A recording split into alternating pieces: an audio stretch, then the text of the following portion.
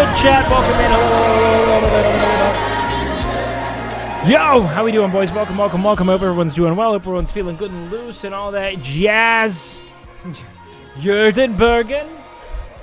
Jordanberger. What's up, dude? How we doing, guys? Welcome. Hope everyone's doing well. Come one, come all. Settle in, you beautiful motherfuckers, you. Hello, Kibaka with the 15. Just fucking lathering it up. What's up, guys? Hope everyone's feeling well, man. Hope everyone's doing good, having a day. What's poppin'? Soda. Guys, how's everyone doing? You simply must get the Rising Star Streamy this year. Not only do I not really care about the award concept at all, I don't even, Rising Stars, whatever, I don't even think I am that. I think I'm a slow grind. You know what I mean? Like, Rising Stars for people like Emily, who are just, like, meteoric. Like, I will continue to keep on getting all up and up and up, but, you know, I'm a slow but steady kind of guy. I'm going to do the same shit, and people who like it are going to keep trickling in slowly. That's me, all right? How's the tailbone? It's fine. I just need to not use it for a bit. Shut the fuck up. What happens is whenever I do like a heavy squat or anything like that, I recruit a lot of muscle fibers that pull and push on the bruised area, so I just don't want to fuck with it. You know what I mean? I just don't want to deal with that. Zoil for the 5th year in a row? Yeah. It's always Zoil, boys. It's always Zoil. Throw that thing back. It was just getting suplexed. It'll be fine. Appreciate that people are recognizing you for sure. It's not like not winning is going to slow you down. No, I mean, if anything, I don't think that winning, that's a good thing. Like, it's not a bad thing, but I'd rather just be a star. You know what I mean? Like, I'd rather, not that I want to be a star at all necessarily, but I just mean, like, I don't want to be, like, rising. I just want to, you know, keep grinding until I get there. I don't want to have this expectation of, like, what will he do next? I just want to slowly go. What do you say to women who say they don't want to lift weights because it'll make them look like a guy? Try it. Fucking dare you. See. For what it's worth, we're feeling like 4K. I appreciate that, guys. No, I really don't think it's going to be Emma literally knows how many clips you were in. You're the best support. Oh, thanks, man. What do you mean how many clips I was in? What clips? Where was I in clips? Yeah, I'll see you later, Jordan. Jordan. I don't even know how to say that. Do I actually say that? Yeah, all the time. All the time. I'm not starting off on a good foot here. Yeah, you're not going to accidentally become muscular at all. It's very difficult. In the Streamer Awards? Oh, shit. I think I'm just look, if you guys like watching me, I'm not trying to like build my entire life around like appealing to as many people as possible. You're in I an just don't think I'm extra good. great mood tonight. No, thanks, man. Your vibe gets better every day. Keep up the good vibes. Thanks, man. Yeah, I had a lot of fun at the gym today. Today really felt fun. I just felt solid. It was just a good day. I woke up, dude, I slept 12 hours on the couch downstairs. I really just conked, and I just woke up, came over, just felt goofy for a bit. It was good. Are you really going to cut the hair? I mean, like, I think I look better with short hair and all. It's kind of a weird brand thing. You know what I mean? Women need to understand that super yoked dudes put hours in the gym upon hours, dedicated diet, sometimes drugs to those physiques. They're also men. Like testosterone is a massive quotient in your capacity to actually build muscle tissue. It's very difficult for women to build appreciable muscle tissue naturally, especially on accident. It's really difficult to make sense of when push comes to shove. Was it really a good day? I don't know. Sometimes you just don't have it. Like, look, I'm always good on stream until I start thinking about being good on stream. It's a weird thing. And typically, I get in my own head, and then I just quiet up. Just shave the front and do the samurai ugly hairstyle. Very based. Now we're talking. Just a big knot in the back. No, man, I don't mind it bad, but those are massive dudes are probably on trend or some bathtub shit. At the end of the day, you're not going to get ugly from lifting weights. Being in good shape is probably only ever going to help you and fill out your physique in ways that, but also, like, I don't know. I'm the worst fitness, like, consultant when it comes to, like, motivating people, because I really do try to tell you that, like, you should get into it on, like, a personal level, because it's something that, like, you want to reclaim that sense of agency over yourself, because you're never going to actually feel like you've arrived at your dream physique. Like, you just aren't. Like, I remember when I was a kid, like most people, I wanted to look like Brad Pitt in Fight Club. You know what I mean? When I was like 12, 13. And then I saw myself, like, I don't know, a few years ago, and I was like, oh, I'm kind of way better shape than that. Like, you know what I mean? But I'm still, like, I have no fucking clue what I'm doing. You know, like, I still, well, I have clue what I'm doing. I still don't know, like, where I want to end, you know? The point is that your goal is always going to scale with your present ability. And so you're never going to have this, like, if the treadmill is causing you harm, get off it kind of thing, you know? Because you're always going to have a new goal. And if you're, like, hurting yourself to get there and, like, really, if there's, like, a lot of really, like, denigrating negative self-talk motivating you there, it's never going to go away because you're never going to arrive at your goal. The goal is always going to be beyond your reach. Not a problem if you're doing it for attention. It's not a problem. You just do what you want to do. Wait, are you talking about going to the gym? So hard to stay motivated for gym with constant back pain. I mean, brother, you got to go get that shit situated with a legitimate doctor who can diagnose it, and I'm assuming you have, but I've seen you push Emily on the calves. You really need someone that can push her like you did. I mean, Canute's great at it too. I have a lot of fun with Emily though. She's the shit, man. She's still one of my favorite people to collab with. I just have been on my desktop grind lately. Yeah, I was thinking about it. Really, the only collab I've ever really done on my channel was when her and I did the only collab I, like, organized myself and was like, we should do this. Emily's the only one I've really, like, done that with. Everyone else was just people who came by and essentially hung out in my room briefly, but she's the only person I, like, deliberately tried to collaborate with. Are you voting Arya Thome? Oh, of course. Oh, shit, we can vote today.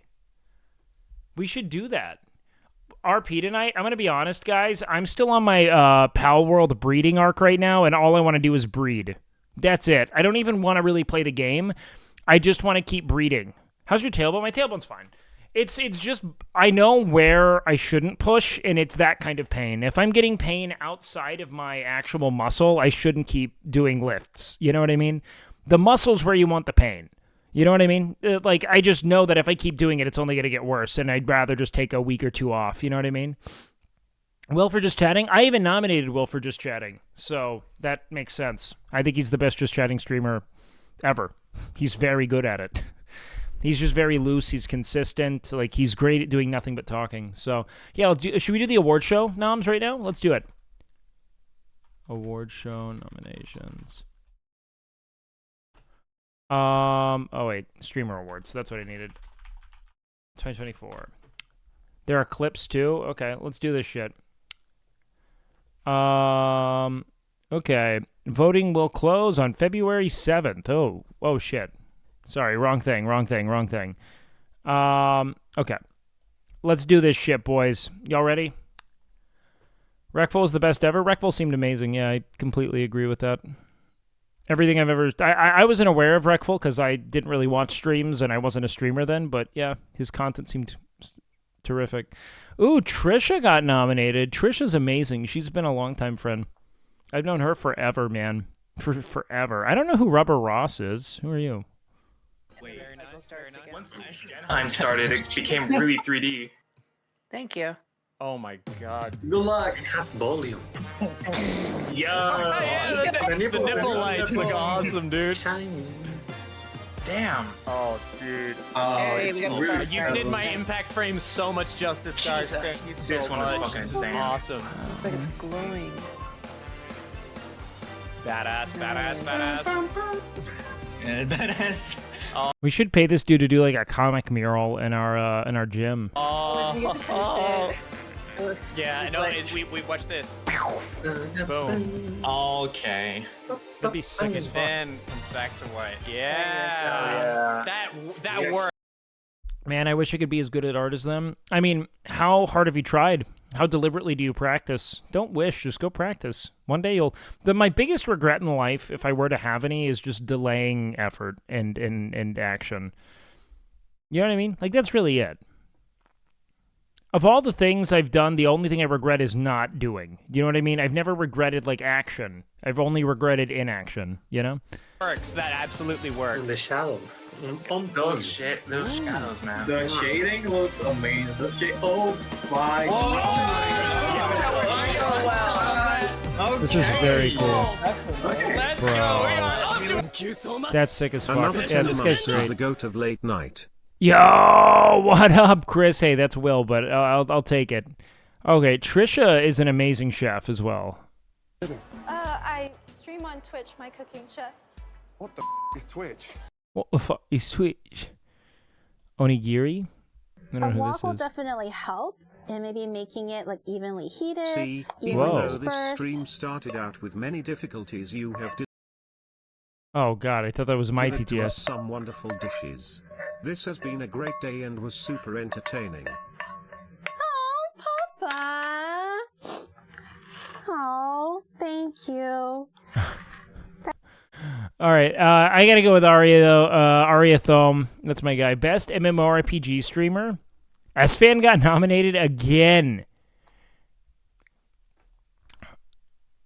Asman again. Max. Oh man, this is a stat category. What did they put for Soda? I bet it's Back Miz. I think Chance is gonna win this year. I don't think is Asman even really an MMO streamer at present. Max is amazing. I like Max a ton, and he's like a real down and dirty, true 24/7 MMO streamer. I don't think Soda necessarily deserves it. Don't get it twisted. Chance did an amazing thing with OnlyFans. That was maybe the most fun. I mean, we did kind of ascend it into a meta, but like Max is always on the front lines actually being an MMORPG streamer 24/7. Like that is what he actually is, you know? Every other streamer nominated is more of a general variety streamer. I don't know. It's kind of hard for me to, like, even though I do think that what Soda did was probably the best thing for WoW's visibility,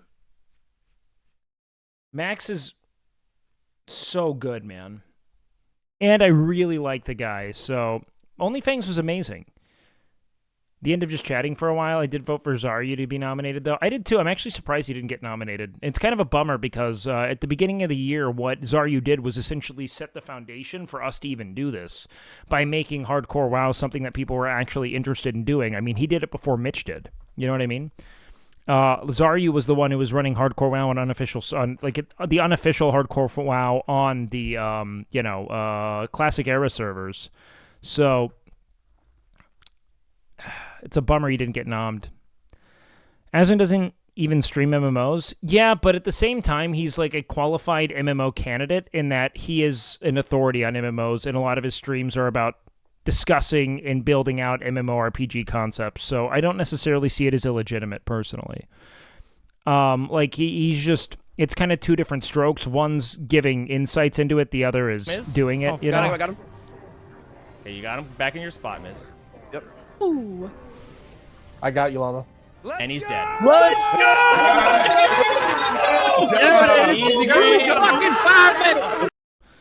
God, we should have done it again.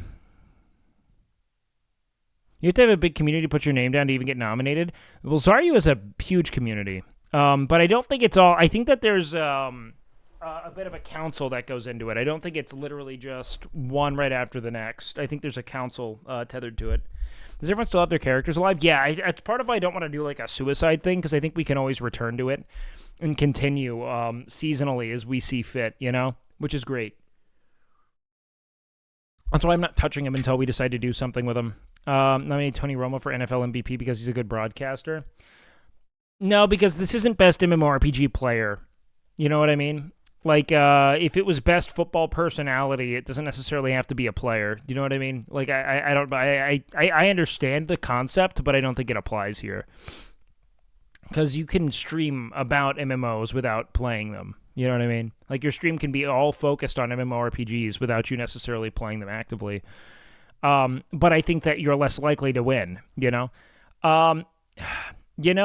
I want to just do a nepotism and vote Soda here because I think Soda did an awesome thing. I think S-Fan should be nominated for a number of other things, but I don't think 2023 was like a big MMO year for him.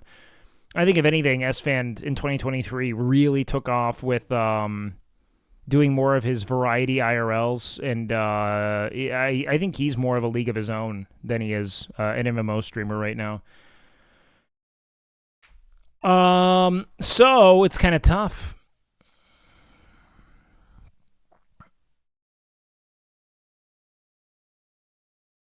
S-Fan changes brand less sports and less WoW. No, he's doing all of it. I think the problem is that a lot of us want to be like living, breathing, fluid humans, and we're always going to be having to like condense ourselves into a brand concept, and it just sucks. You know what I mean? He's the only guy streaming MMORPGs all the time. I agree. But I also want to do a nepotism and vote for my friends personally. But Max is also a friend of mine. I just don't see as much of him. But I don't know, man. Max is always streaming MMOs. I'm going to vote for Max.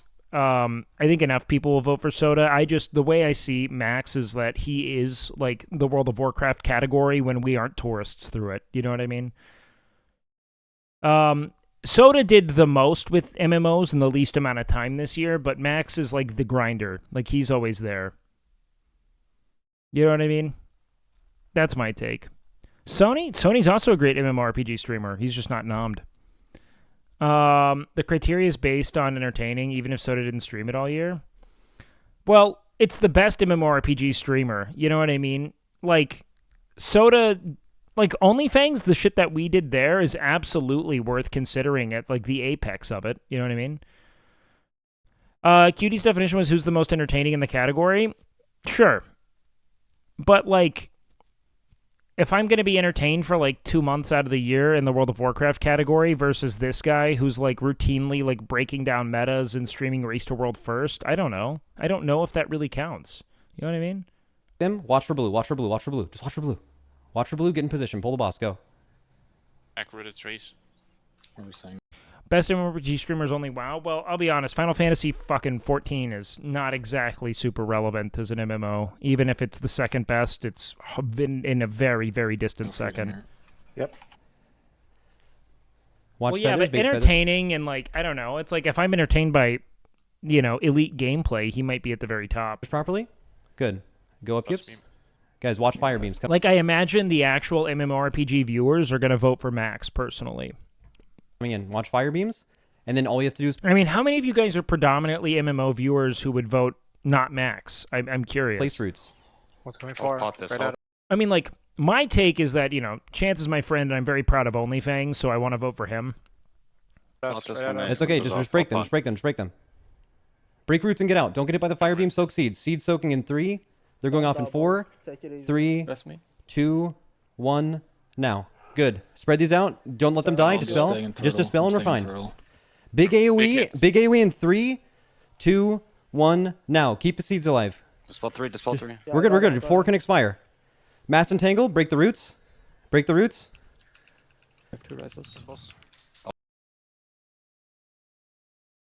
So it's tough. Also seems like he doesn't use awards for validation, or I could be off on that. I don't think Chance gives a fuck. I think it's how many non-MMORPG players did Soda and the gang reach to get into the game? Yeah, I mean, that's also a secondary concept. I mean, dude, Chance is my friend, and I was a part of this massive content push. You know what I mean? We're going to skip it for now. I'm going to come back to it, because that's contentious. Best strategy game streamer? I don't know any of them, because I don't play League of Legends.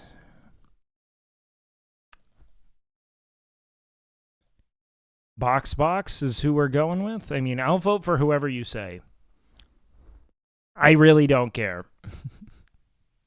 You don't know Toast? I know Toast, but I don't really know how entertaining he is, because I haven't watched his streams, to be frank. Okay, let's check their clips. Oh, I have to... Oh, God, do I do it? You'll go second? I know I'll go second. But we all gotta live a little in life. Goodbye, Dino! Sheesh! It's very loud in my ears. Is that loud to you guys as well? I feel bothered. Okay, so you see I feel like I've seen a lot of very funny box clips. Am I right? that hacker man? That Zed is gonna attack my Soraka, and he's like, oh fuck yeah, I positioned on the right side. No, buddy. I'm not stuck here with you. You're stuck here with me. Thanks for feeding me mana, you dumb bitch. You'll never kill this Soraka. You're just feeding her infinite mana, turning her into a casting machine.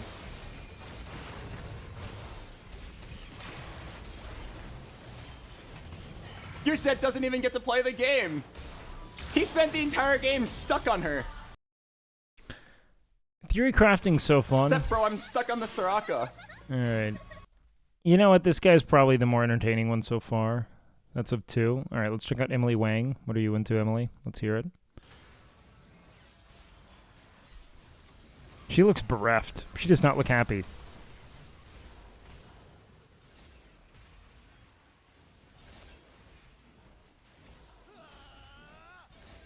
All TFT. No.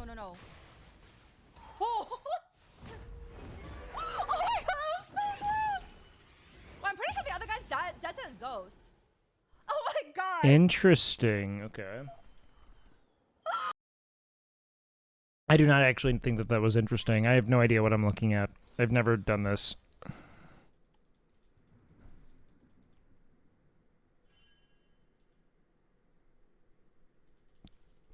This is K3 Soju.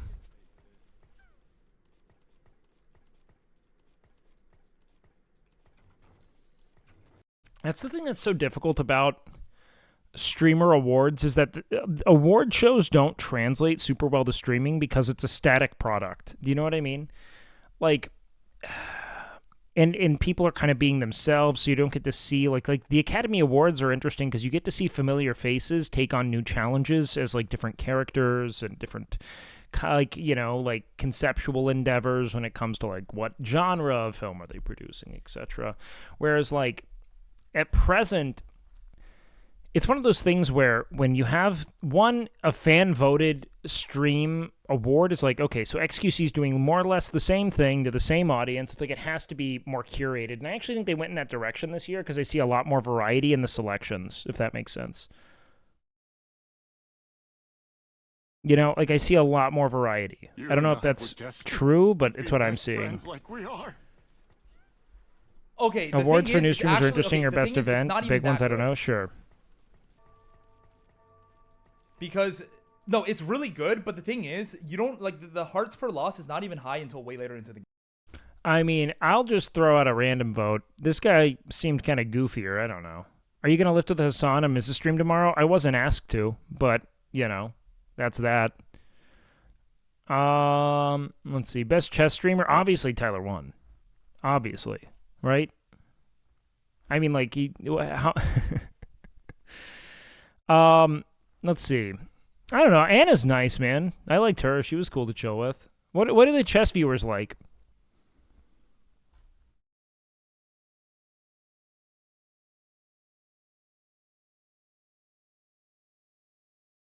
Like actual chess viewers. Gotham legit makes chess fun, but Botez ladies had a great year. Sure. I'm about sick of these fucking ghosters on this god fuck. Wait! It's a quadrifork! Quadrifork! Oh my god! Pizza fork! 1, 2, 3, 4, 5 man fork! What the He loves fuck? learning systems. It's fun. Oh my god! I'm about sick of these.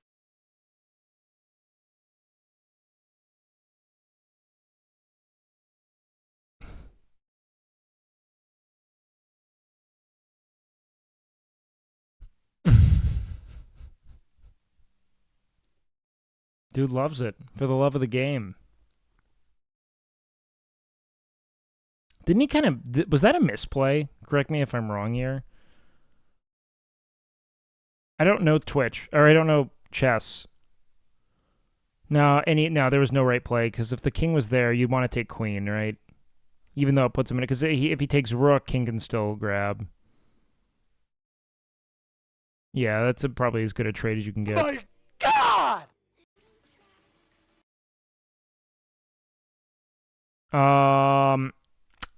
Who wins this? I don't know. Who do you guys want? Do you guys like Gotham? I like Anna. I've met her. She's cool. But I don't know any of... I don't watch chess.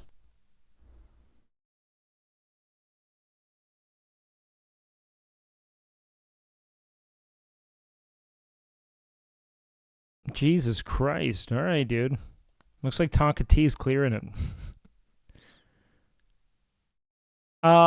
Best software and game development streamer. I only see just chatting clips from Pirate. You know what I mean?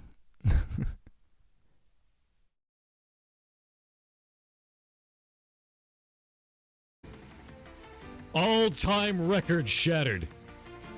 You beat Twitch's record for the entire platform. You beat it. It just said all-time record shattered across the whole For screen. what? You're at level 52. You did it. This is the highest hype train that's ever happened on Twitch. Jesus Christ. What a great voice. My God. So he mostly just shoots the shit, I'm assuming, about game-related topics. He had the hype train at min difficulty. Sure. I think mine was more or less at min for a long time because I don't care. Dude's just chill as fuck, deserved. Yeah, he seems pretty wild. Like, he seems like a good dude to shoot the shit with. I like Doug. I don't want to vote for Vidal because AI scares the fuck out of me when it comes to entertainment. In fact, I think that the one avenue that AI should never touch is entertainment because that's meant to be something that's like, you know, human beings conveying shared experience in a way that's touching and meaningful, and it scares the shit out of me. Like, to dehumanize the element of entertainment that's already actively being dehumanized to become more industrial and palatable, I don't know, man. It's one of those things where, like, what I find so funny is the easiest job to outsource to AI is going to be managerial and executive positions. They'll make way better decisions. They can literally calculate every variable as long as they're trained on them. And they're, like, trying to pretend like the thing they want to outsource is, like, writing films. Like, the whole point is for humans to, like, communicate shared experience. It's like, no, dude, you should be. Like, your job is the one that's most easily taken over. It's, like, it's just funny to me. Like, that they're going right to, like, the arts. Because they don't care for it. They don't care about the actual essence of it. Which is what's so dumb about that whole discourse. I saw there was, like, this Asmon thing about the use of AI. And obviously, like, I'm still playing Pal World, right?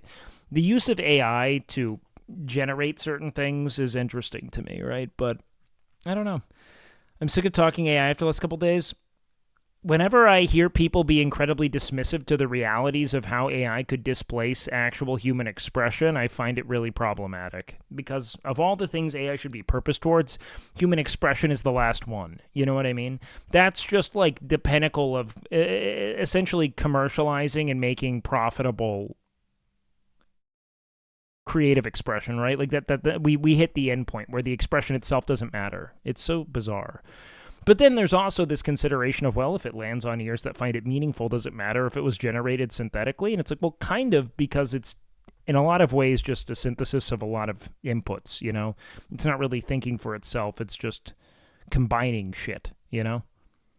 And granted, you could argue a lot of art is that as well, but I think that if we're going to start getting into this, like, incredibly semantic distinction of where art ends and where, you know, just this kind of fucking, you know, concept stew that everyone's throwing ingredients in begins, I think we have to just say sternly that, like, if it comes from active human thought, if I am thinking this is interesting to me, regardless of how I arrived at that, that is still meaningful expression, and it reflects humanity back unto itself and finds points of connection for us to be, you know, unified through, right? Surely wouldn't be a problem if Game Freak / Nintendo just put an ounce of effort instead of, sure, I agree. I hate artists, so I'm happy they're pissed. How do you hate artists? Like, how do you hate artists? How is that even? How? Why? If you think that there's anything in nature that can't be emulated by a computer, you are delusional the way that you are delusional. If you think contemporaneous people should care about that in the immediate context. What? So you're saying that if I think that people should care about the ways in which human expression can potentially be emulated and synthesized in the future, it's like, I don't think it can't be. I'm saying that, like, you can't, what you can't do is make it come from a human being. You can't do that. Like, you can make it a reflection of all the, inputs of other writers in the past, but you can't actually make it come from a person. Like, it's the same way that I don't care about something when I find out that it's AI, right? Not you, but most people think that computers won't be capable, but nerds don't understand that regular people just don't care. No. It's not that regular people don't care. It's that there are certain things that we have to... When you create a system in which people are constantly struggling to be able to afford the things they like, if you make it a little bit cheaper, you know what I mean, by cutting out most of the actual labor expense, right? So all they're doing is exponentiating their own profits. They're not just cutting out the labor cost and then giving it to you for that, right? They're actually displacing the work that is essential in unifying people on shared experience. I mean, like, it's important, right? Take especially weird as he's the owner of Mad Mushroom.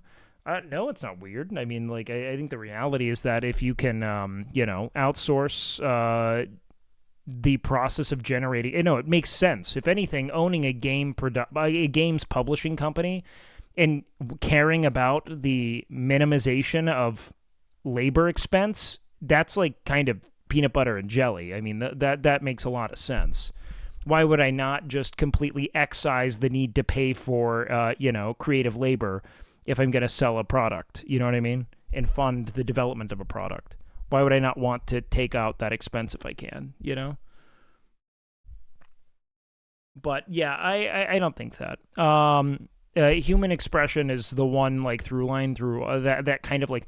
It's kind of the thing that makes humanity amongst all of their species, is that we, chronologue and communicate in very, like, real and in poetic ways. We long to better understand our state, and we express it to one another to feel less alone in what we can interpret internally. Do you know what I mean? Like, we can feel and experience things, even just like the loneliness and despair of being in a world that seems indifferent towards us, and we can express that to someone and have them say, I feel that too, and suddenly we're not alone, and that matters, right? So, like, I don't know. I'm not a big fan of this, like, casting it out into the sun, or into the wind, you know? Stop yapping, dude. Why do you guys even come into a stream? Do you want people to talk, or what do you want people to do? I can breathe into the microphone more. What do you want? So that's what streaming is. I'm so confused. What do you even want? STEM bros don't have wives. They don't talk to ladies in general. I don't even think STEM matters. I mean, it does matter, but it's not like... I'm saying that I don't think that, like, it's like a STEM versus creator thing. I think that it's just that we're so removed from how essential this point of... Why do we think we're all bound to these, like, narrative forms of entertainment? You know what I mean? Because we need to feel on some level that what we're experiencing isn't, this anomaly that exists only in the vacuum of our own minds. When we read or hear or play something that reminds us of the fact that what we're experiencing isn't something that we experience in solitude, like we are bound by that pain, that struggle, that joy. These feelings are universal, even if what causes them, what inspires those feelings isn't. And so the problem is that we've become so desperate to stay afloat financially that we're willing to accept certain products at lower price points if it, like, we don't care about the ethics of it when we are strapped for pocket money, you know what I mean? And that's kind of the qualm, right? But can't you appreciate the years of work we'd all put into tuning Nero? Oh, no. Nero-san was cool. I do appreciate it. I just think it's terrifying at the same time. You know what I mean? But yeah, I just think that AI could be purposed towards a number of things that would be infinitely more valuable than outsourcing the labor of human expression to machines. Like, there's so many more things. I mean, like, reasonably, it could outsource a lot of executive decision making. You know what I mean? I would love to see AI be purposed towards the elimination of compulsory labor and the need to work in ways that most people don't find compelling or fulfilling. You know what I mean? There's a lot more that could be done, and trying to find a way to push, to essentially I think that it's just two forces kind of at odds with one another, you know what I mean? The desire to profit and the desire to express, and you see it time and time again in music and film, how everything just starts drifting away from expression and deeper into profit because everything's made into industry because value can only be, you know, communicated through net worth based on the parameters we've set for interpreting value societally, you know what I mean? So, like, all we care about is how much money a film's grossing, and over time, that means we stop making $10 million comedies and we just start hyper-fixating on doing, like, big $200 million Avengers films. It's like, it sucks, you know? Because you miss a lot of the spectrum of communication and meaning that I think a lot of people depend on, you know? The problem is that the monetary system is attached to the constitutional right of the state, so if you expect changes in any regard, they have to be parallel to the whole dilemma after the French Revolution. It's just too much. What?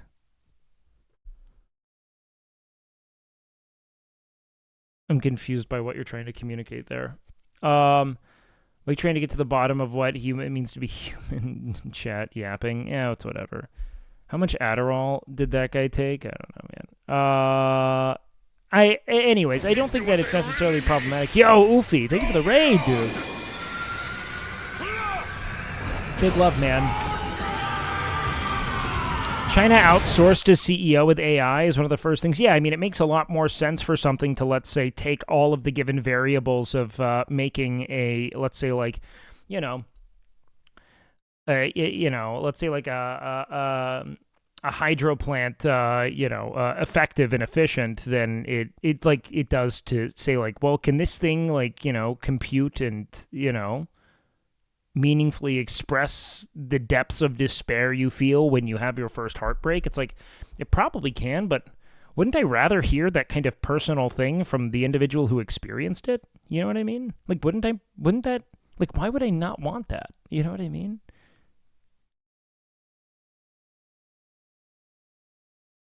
Like, I don't know. I just think that we're removed from the reality of what these entertainment mediums do for us, you know? And, yeah, I mean, outsourcing visual art and stuff is just more of a people needing to learn how to, like, there's a new tool, right? And this happens with a lot of new tools where, okay, this offers a great deal of new power, and now we have to figure out how to use it most productively, right? To ensure that everyone's welfare is tended to. That's kind of how I see it, right? And so when it comes to AI in creative fields, or really in a lot of fields, in any field for that matter, we have to ensure that we are infrastructurally prepared for the way in which it's going to outsource and displace jobs. You know what I mean? Otherwise, we're being very haphazard with it. It's kind of like, I don't know, man. It feels like dropping like a fucking, supply crate of automatic weapons into, like, a colonial village circa like 1750. It's just like, okay, something bad's about to happen. People are really going to start abusing this. You know what I mean? That's why we, develop things like gun control over time to, ideally stop people from, shooting up, street stretches and things. AI also creates jobs. AI can create jobs. What kind of jobs are we displacing, though? And why is it that we aren't trying to displace as much of the manufacturing and, like, let's say, like, tedious positions that would make more viable the possibility of a world without compulsory labor? You know what I mean? Like, why then could it not just be labors of choice? That's what I'd like to see. I'd like to see us get to a point where we essentially make all of these systems of being done by automation. Like, why would that not be food production, distribution, etc.? Why not push for this first and foremost? I'm sure that we are, mind you. But the point is that that's where AI should be focused. It shouldn't be focused on replicating human expression. It's just, I don't know. It's not just manual or blue-collar jobs that are at risk. AI and machine learning algorithms are increasingly capable of performing tasks traditionally done by white-collar workers, such as data analysis. I think it actually is much better at data analysis, financial forecasting, legal research, and medical diagnosis. In fact, I think that's probably more likely to be that you're talking things that are much more like digital. Having to actually create the robotic systems required to outsource manual labor is actually a lot harder. And so that's why I think this whole discourse is really funny, how we're constantly panicking about the ways in which it's going to displace artists and creative workers. But those are one of the few things that I think are essential to being human. You know what I mean? In that when I find out that something's done with AI, I don't respect it or care for it as much, you know? That doesn't mean it won't sell, but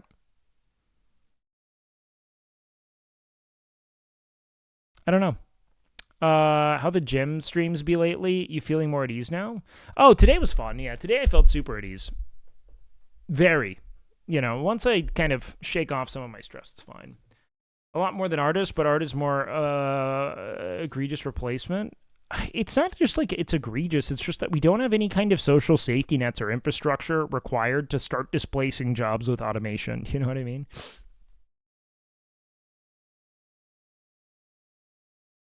Like, do you know? Like that just won't work. AI will not replace most jobs simply because it's too easy to manipulate.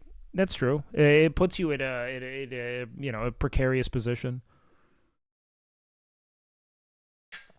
Most people against AI understand that AI will change, but not now. They are just suck at discussing. People are very immediate. Well, yeah, no, I do think that there should be a massive break set on the actual rollout of this technology with, I'd say, a great deal of federal subsidies towards developing it. I do think that AI is essentially the future of humanity, and it should be. It should be the thing that delivers us from the villainy of compulsory labor and scarcity. You know what I mean? It can make viable, you know, something much closer to utopia if we make it work that way, right? But at present, we have this issue where, you know, we are trying to, like, you know, chase out, and I just don't think it's really as much of a risk as we think. Like, I don't think that AI, as it presently sits, is going to, I don't know, if someone released an entirely AI album, I wonder to what extent we'd really care about it. Maybe we would. Maybe what I'm saying now doesn't matter, and then in the same way you'd think people wouldn't care about overproduced music. Eventually they just say, but it sounds good. And you know what? Maybe that's where we'll go with it. We'll start to see it more as an art, how it is we train and curate AI. I just would hate to see it displace a lot of human expression that I think is essential to actually appreciating creative work. But, you know, we've seen it happen with things that were, you know, essentially full analog, right? Like the use of, you know, people who would complain about, you know, the lack of appreciation for, let's say, like, you know, a live violin concert over, like, a really produced kind of, like, hyper-pop song, right? I don't know. I'm hoping that shit doesn't happen. But there just seems to be way better uses for it at present. Democrats want to use AI for communism. We need to stop it. Okay, bud. I'll tell you what, dude. If Democrats want to use AI to make it such that none of us have to do the stupid fucking jobs we hate for the companies that don't respect us, I'd be pretty stoked. Like, I don't know why. When did that, like, if you love your job, you could always, here's the thing. If you get paid a certain amount of money to exist, I'm okay with it. I just want to not be at risk of destruction and devastation. And if AI can actually make for a more equitable future in which our needs are taken care of by automated processes, that would be cool. However, what everyone who's in elected office is going to try to do is find a way to make AI make them richer and you poorer. Because that's what every major political entity has done for the last few hundred years. They will find a way to make more money. They will go into office with their fucking $90,000 a year salary and leave fucking $20 million richer and tell you to fuck yourself. They're all fucking theater kids. And they all suck. So, you know, I don't know. I think that for all intents and purposes, man, human expression should be something that we try to keep AI out of. I think it's an interesting reflection of what people are interested in, but I don't know. Maybe I'm just being precious as someone who really enjoys this craft, you know? Yeah, we're breeding tonight big time. How long do you think it would take Russell to lose 50 pounds if he stays consistent? I don't know, man. I haven't really dealt with, you know, if he stays consistent, probably not very long. It shouldn't be. One of the major, dude, Everything becomes digital and reliant on AI. Individuals without access to internet may face increased discrimination. Yep, of course. But also, theoretically, that should then make the push for... We also live in a time where it doesn't make much sense for individuals to be without that kind of access, and it's only systems of, like late-stage capitalist kind of hyper-profit incentives that make it such that there are ever places without... if it's like, oh, it's too cheap for us to put the internet, a viable internet connection here, then, like, yeah, of course that's going to happen. A lot of great art comes from circumstances it was produced, and AI can never replicate that. I don't agree with that, actually. I think that's the problem. I think that... Oh, God, what the fuck just happened here? I had to delete this. I think the problem is that it actually can replicate just about anything. Dude, what the fuck? I can't even read my own chat right now.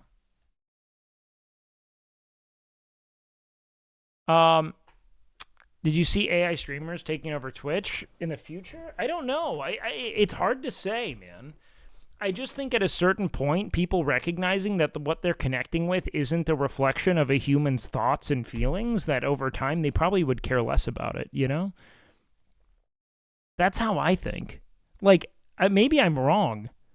Because, the way I see it is that there was a time in which everyone was like, oh, we could never respect an artist who's not really making the music. But, over time, I guess maybe no. It's kind of like finding out that someone was lip-syncing at a concert. You remember how bad that was?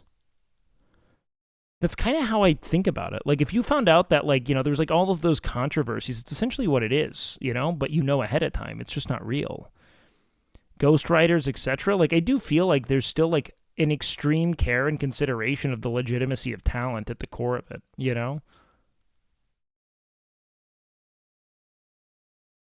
But we'll see. I think that AI will inevitably be incorporated into certain processes to make them smoother and more efficient, but I think that anything solely created by AI, at least as long as it's known, will never be respected in the same way as something that isn't. You know what I mean? Thank you so much. Keep it up. So, we'll see. Regardless, AI is going to be the thing that essentially delivers us from the pain of compulsory labor and scarcity, so it's a good thing. But the way it's being purposed seems to be just, the utter fucking delusion of executives who should know more than anyone that their job is the one on the chopping block. There is nothing that AI is better at than making logical decisions towards certain objectives. It's like, it's so funny to me. That's just the thing that could be most immediately cut, is like all of the fucking, like just like borderline nepotistic, like executive positionings that just aren't actually as significant as they would like you to think they are. So I hope they eat shit with it. I'm going to go with this guy just because I see him everywhere now, and that's just a massive, resurgence. Best fighting. Where is Lakari? What the fuck? I don't know any of these guys. Who do we want? You want Max?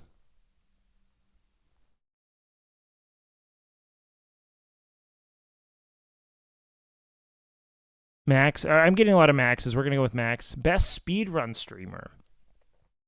I'm going with Virtual because Squeaks doesn't fucking speedrun. I'm going with Virtual. I like Virtual. He's cool.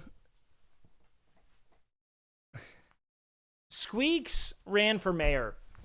Okay. Wow, going with the racist? Virtual's racist? What did Virtual do? Jesus. I just met him once. He thought he was funny. Cool guy. Oh, God. Okay. Fuck. Like, I don't want to have to grapple with this right now live. That sucks, my dick. Hidden gem. All right. Oh, shit. All right. Oh, let's watch some clips. All right. First of all, folks, right around the upper Texas, New Mexico region. Oh, gosh, it's a quick moving storm. This is a 100% guaranteed chance of precipitation. Now, you're gonna want to watch out because this storm is moving and it is growing. Okay, it's gonna start moving to the east a little bit towards Missouri, but then it's gonna split. Oh fuck, shit. it's gonna split into two systems, all right? There's gonna be a high weather system coming up here in the Nebraska region, but down here in the, what's this one that's shaped like a pan? This one's gonna have, that's right, this gonna have a cold one. Now, Texas is gonna have two systems that combine into one mega system down here. It's gonna be snow, which a lot of people think snow in the middle of August in Texas. Well, better get ready because it's coming. Now, we're over. That's really funny. Oh wow, this is really intense effort, bro. What the fuck? No way this guy streams frequently. I could never do this much shit. I'd be exhausted. Sort of try to explain myself, and hopefully you guys can find me a new job that fits my quirked up personality. Oh, it's not one guy? That makes sense. So it's like a whole collective that streams.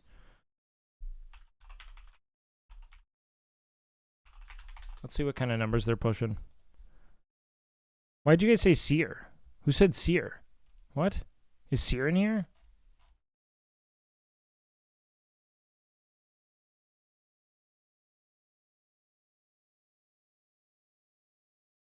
Oh, they said quirked up. Wow. Real consistent effort with their content. Oh yeah, they've grown a ton this year. Good for them. A lot of effort. I mean, they've got crazy people following them already. Yeah, they'll blow up. They'll do well. It's a really intense amount of streaming. Or not a lot of streaming, but a lot of work. I mean, yeah, their biggest month, 91 hours. So it seems like they just go with like really high effort content. Yeah, like less than 4 hours a day for sure. Way less. Yeah, that's amazing. But also, I mean, I don't know if I'm strictly, that's not really what I'm going with. Like, production value's amazing and all, but I'm amazed. I thought this guy was a big streamer. He's very funny. With 69. 69 was not an option, okay? The only time that's an option is when I'm with your mom. Because I fuck your mom by 69ing her. Wait, He's under 100 viewers? Is sharing oral sex with your partner. In other words, it's giving and receiving. Wait, how do you do oral sex on a woman? First time chatter Mammon Noodles with 69. 69 was. How's he doing? Let's check his number. Gap TV, is this him? What? Gap EV. This guy's really funny. Yeah, I've seen a lot of his clips. I used to get sent them all the time. He's great. I'm actually surprised he has under 100 viewers. He was on Elevated, that's why. Yeah, that guy's super funny. And then we have Lana Amay. Is this it? Why my heart beating? Why is my heart beating? I hate y'all. Is this it? That's a jump scare. The Gappy Elevated episode, why, was it bad? He held a lot of viewers, as a matter of fact. A lot more than a lot of people do from that.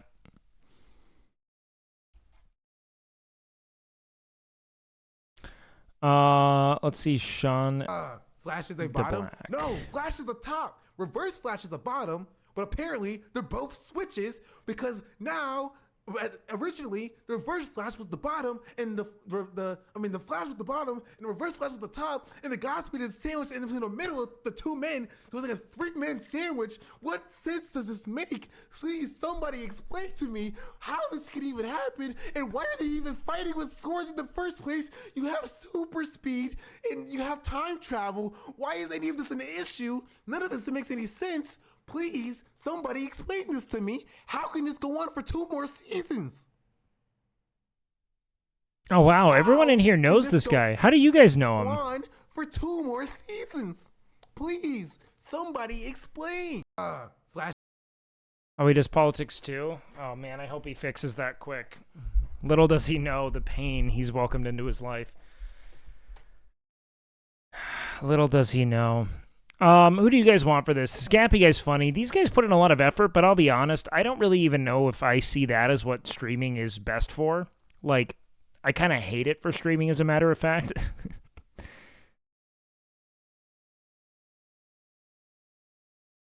Only because putting that kind of effort into something that just goes away is so scary to me.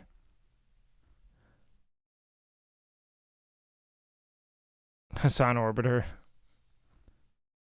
Dude's a hater. Are you saying me? I'm a hater, or Sean DeBlack is?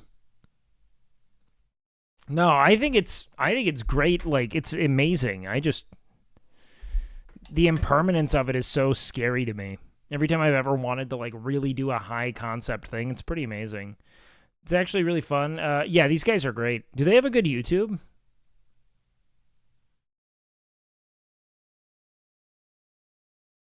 Yeah, I'll go back to it in a sec. Best Battle Royale streamer, Cypher, baby.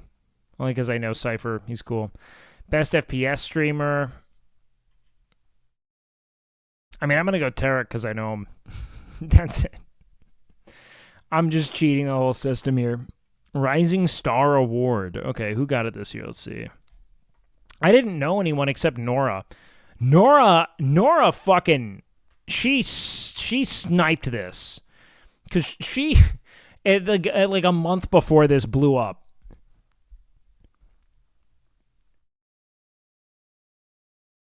Nora is a Nick creation. I know. I noticed that Wake didn't really vote for any women, and then I hate women. I'm going out of my way to make sure that women don't win shit. I didn't vote for any women in best speedrunner. I didn't vote for any women in best fighting game streamer. I didn't vote for any women in best software and game developers. One of the few. None of the chess streamers. I mean, yeah, we had Botez and Anna Crambling. Didn't vote for them because they're women. Same with Emily Wang. Didn't vote for her. Ugh. You know what I mean? Women. Women. I just couldn't. You know what I mean? Nora's been big in the GTA community before Nick to fuck. No, she hasn't. Not like this. Maybe once before, but like, no. She definitely got massively boosted for that.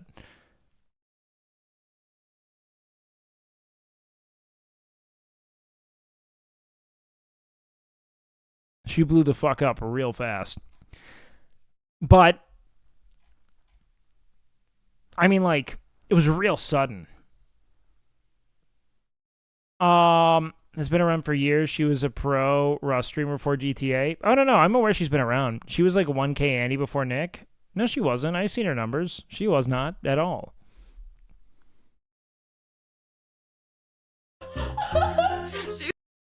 All right, let's see who these people are. Stood up and she was the same height. What, bro? I'm the Lorax. Oh my god, bro. Yeah. Bro, you see, I had to put all my hair in the back. So look, bro, look at my neck. Nora's fluctuated viewers, that's all I know. She seems pretty consistent. I don't know. Like, look, the thing is that she was given visibility and seems to be holding a lot of attention, right? I mean, that's how it goes. That's the game. You get a lot of visibility, you hold attention. Nora Explorer. So she had like a really big month in like Rust, where she averaged like fucking a lot. It's not Rising Star if they've been streams for years now. Rising Star means they just started and blew up. It doesn't mean they just started. It means they're just now blowing up. You know what I mean? But, I mean, it's a ton of visibility already. You can become a Rising Star at any point, man.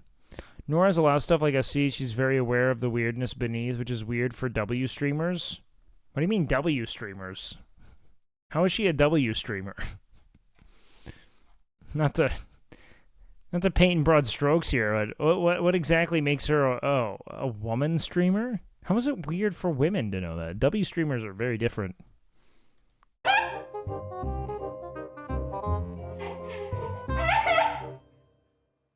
It's so nasty.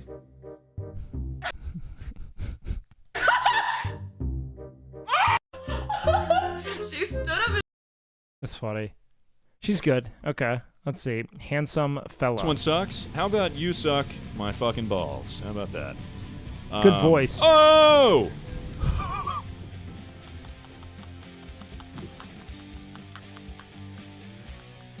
This one sucks. How about you suck my fucking balls? How about that? This guy's great. Vote handsome, please. Okay. Why? Let's look. Damn, he's got 175,000 followers. Dude's blowing up. Let's see. Let's look at his top clips of all time. What do we got? I don't want to see his featured clips. Show me his other fucking clips, dog. What the fuck are we doing? Oh, wow. He just doesn't have a lot of views on clips. So what? He was like did he stream Overwatch or something? Or what does he do? Okay, wait. So he's a Minecraft guy.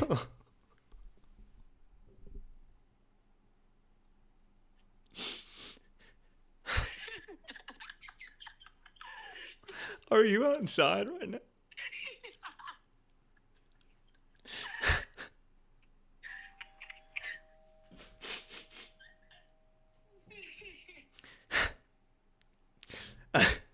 Probably not the best demonstration of his content. Okay, all hail the king of Tackled streaming. in football, and then you have CT. Finally caught one of your streams. Hopefully it doesn't give me scabies. Well, joke's on you. I don't even know what scabies is. Tragic Rat, thank you for the 3 months. Yeah, are you going trick-or-treating? No, but I've decorated my, L, thank you for the 1 gifted. I've decorated my deck. God, I gotta stop doing this. I am such a fucking loser. I keep doing this. I'm like, guys, I have something to say. Let me put my finger in there. Big Poppy, thank you for the 2 months. Good voice. Okay, Chibley. Let's see who he is. Dude, I think there's like no cam. Big time. packaging error. Era. What the fuck? Burrito in it. What the fuck?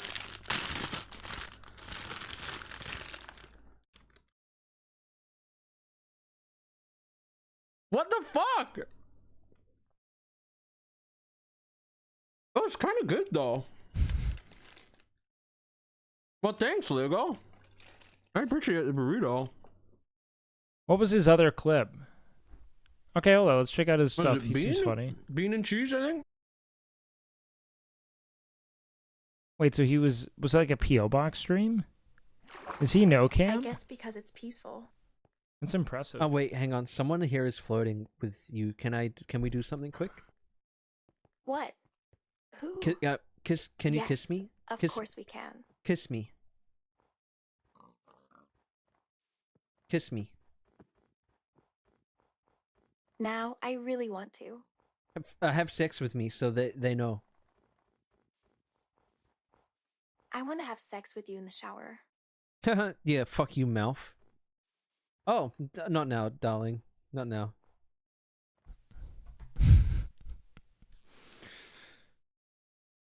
Look, man, I'm impressed by anyone who can go no cam and get this many viewers. It's pretty fucking insane. I don't think he's actually a Minecraft guy. Okay, let's see. Let's check out a Nora clip. The line's so weird. I'm dead. Guys, I'm dead. I'm dead. I swear to God, I'm dead. I'm dead. I'm dead in front of the closest door. Good. Nunu, could you die quietly? I'm trying to get good lines. Bro, I'm not kidding. I flew up in the air 50 meters. I must have landed on a... Oh. The line's so weird.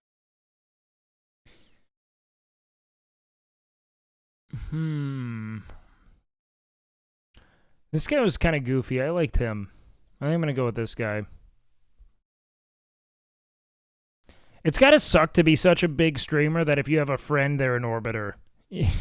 Like, that's just like, no one can just have friends. They're like, he's a Northern Lion orbiter. That's what he is. Woman streamer L. Yeah, women can't win. They just can't. Best roleplay streamer, Lord Keeban. What is How Agent? much you usually charge to Let's see. design an entire home? I mean, it depends on how big it is, to be honest.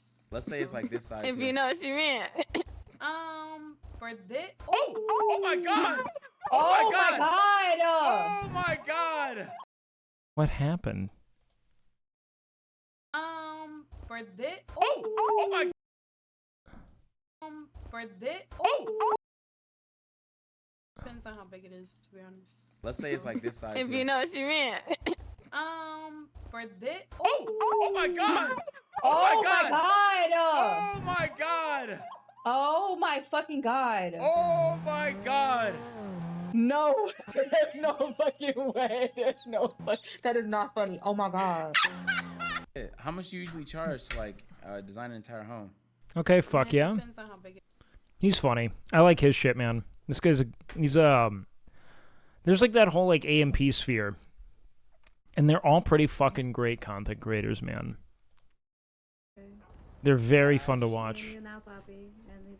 Oh my god, Phantom Tax, Skibbity Toilet Dog? Don't ever say that you ain't do no weird shit.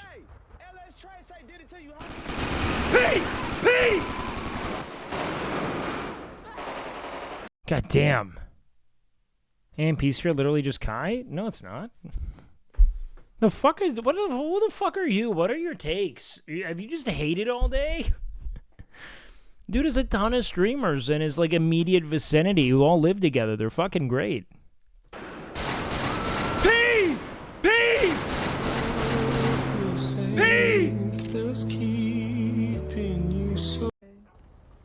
It's just me and you now, Poppy.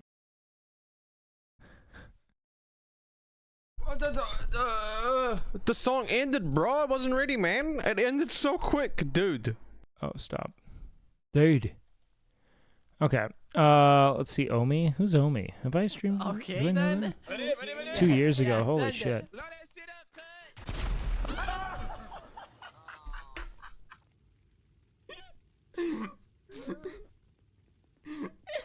Think I broke a butt. I got it. It looks.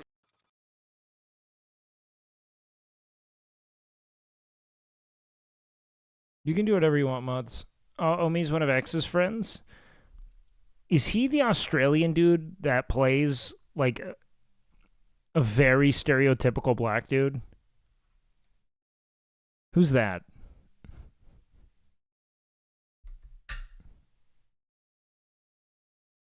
That's Jamal. Got it. I think I met Marty before. I mean, Lord. Fucking go around doing internet scams. I get people's phone and just spam fucking messages for people to send me money to my bank account. I made like 3.5K. That's where I get all my fucking money. Wait. Hold on. When you get somebody's SIM card, they get their contacts too? Yeah, I opened up a telemarketing company. Bro, wait, hold up. No, hold up. I could go around, steal somebody's phone, and then text his friends and say, yo, I need money, I'm dying. Did I just create a... You know what's so fun is watching all of the Crim streamers when they first start. Really just all the streamers in general, just learn all of the world's oldest scams for themselves. Like, they immediately go to, like, raffling off cars and, like, doing this fucking, like... You know, what's essentially just like the Nigerian prince email chain and shit. It's The monster? Burn should have been nominated. I don't think Burn really streamed at all in 2023, man. That's what I've been doing. You ain't received no weird texts? No. Fuck, bro. I miss GTA, man. Oh, shit. But not more than I want to messages. breed pals. I think I just fucking created a monster. What you mean? What happened? Yeah, he's good. I like his shit. We're gonna go with him. Only because, like, I think these guys are great streamers. Like, Agent and Phantom, they're awesome. I don't really know them for their RP. And the clips don't really do them justice. Agent was a fan of Camp Canute. Well, that just took me to the front page. Mr. K and Uchi are some of the best content in their prime. Yeah, they seem really great. I'm down to go there. Yeah, Miss Beef. Beef will come back. I just got burnt out socially, to be honest with you. It just took a lot out of me to RP. Like, a lot. I've been enjoying not having to gear up to be social every day. I'm excited to go back, though. Keep it as a hack. Why?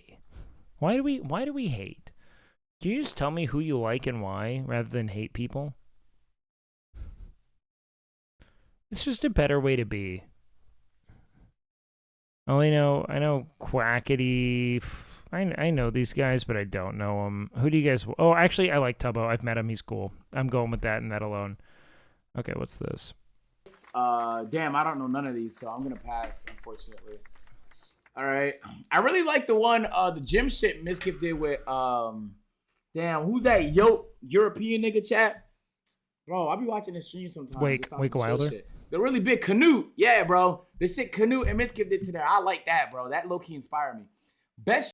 That's dope. Damn, That's I don't really know none dope, of these, man. So I'm gonna pass, unfortunately. That's super fucking cool. Thank you so much. All these streamers are pretty dope. The fact that Forzen is in the Minecraft category or speedrunning category is a scam. Yeah, I actually put him down for, I think Minecraft. Dude was running the section for a bit. Pokemon plans to investigate Pal World? If it's true, we'll see it. Best IRL streamer? I love me some Rob. It's like what Emily does is IRL, but it's like so structured, it almost has a different kind of concept to it. So I'm like torn between, do you vote Emily, who I think is probably the most entertaining person, like maybe on the platform, period. Because she's going to get a lot of other awards. Jenny did Waddle-a-thon. That's actually right. I'm going to give Jenny best IRL. I'm going to vote for Emily probably later on. Because she's amazing, but, you know. I voted Rob here and Emily League of... Yeah, that probably makes sense. Stream game of the year. The best game to watch on stream during the past year because it was entertaining, novel, fun to watch. Honestly, the best game to watch is Grand Theft Auto 5. I probably wouldn't be watching a Baldur's Gate 3 stream, even though I love it.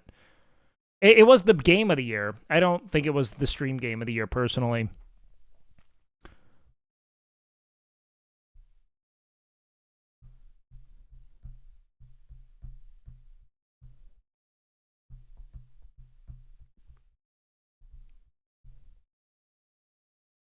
The Hembo run was the best content? Yeah, but even, like, Matt, like, numerically it wasn't. Like, you know what I mean? Like, I can tell what content really pops, and for people who love, like, this kind of shit, it was good.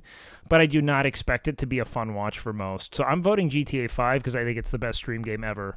It's the best. The GTA RP is the best stream game. It's not even close. Nothing gets close. Best shared channel? Okay. I can't even pretend it's not NMP LOL, dude. Nick and Milena are fucking amazing. Handpicked category. Best content organization. Well, all right, let's give it all, let's do our due diligence here. Nope, it's fucked. Oh man, they have Masayoshi? Shit. Mine's biggity. He's actually played this on the Windows Slap me, system. baby. RDC's You great. still got it. No, you keep going. I can still fuck it. He's got work to do. Yeah, yeah. He has some piece stuff. Pause. Hands up. Hands up. Oh yeah, ref. I don't. Continue.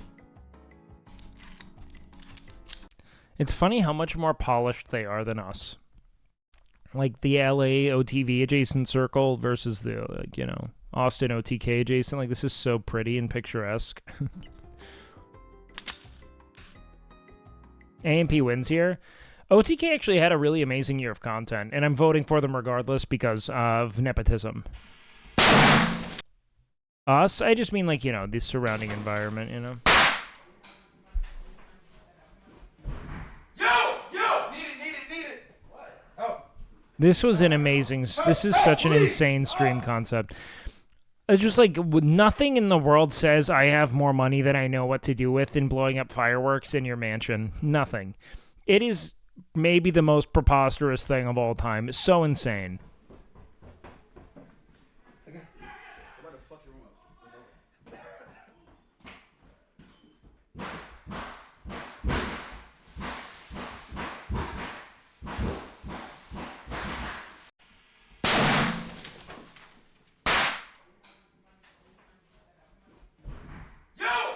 Need it. What? Oh. Help! Help! Willie!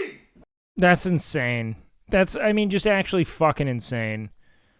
One, and E-Rob cannot finish. Oh, but here's Wake. Can he get the dunk now? And he gets it. Big dunk. Why is that the clip?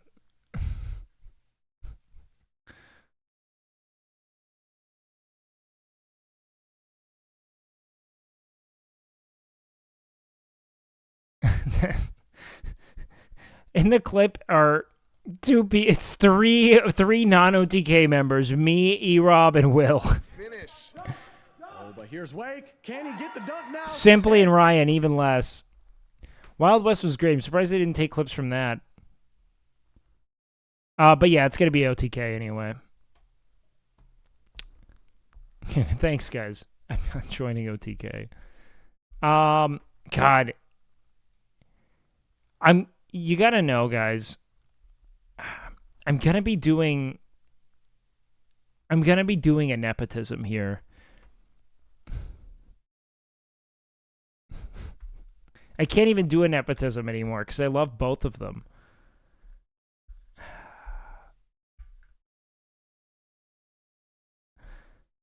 Can we get ranked choice voting, man?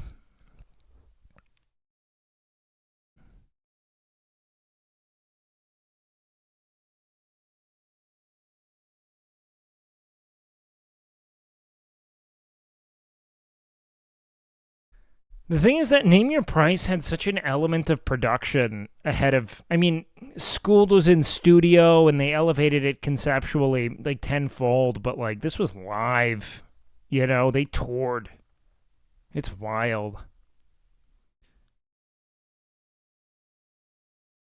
I don't know. I'm going to skip it for now. I'm going to vote off stream. I don't know what to pick, and I don't want to have it be known, honestly. I don't. 7 Days In by Kai Cenat. Honestly, this stream was hard to watch because it was so, like, chaotic and structureless. But it was so, unbelievable, like, in concept. But I couldn't really watch it. Like, and I tried, it was really cool. Like I said, it was the coolest shit, but Wild West was unreal. This was an enormous amount of time and effort. So I'm going with that. Best international streamer. I don't know any of them. Quackity's international? No, es que te digo la verdad, o sea, yo voy a morir a lo puro pendejo. O sea, tarde o temprano voy a morir a lo puro...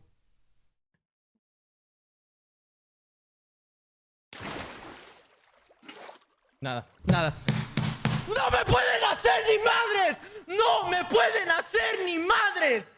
¡No me pueden hacer nada! ¡Soy un ching... No. Isn't everyone an international streamer? International or non-North American English-speaking audience. So it's supposed to be non-North American. Was I right about that? Non-English speaking, you got non-North 6 bullets American. left? I need only one. God.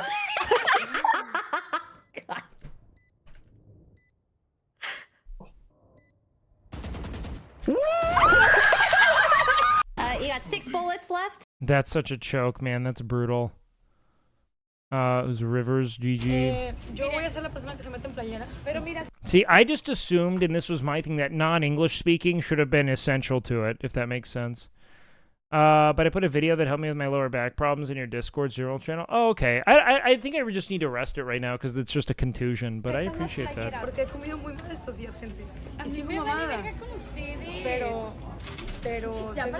They all speak other languages? Yeah, but if their stream is predominantly non-English speaking, I feel like it's better. It fits the...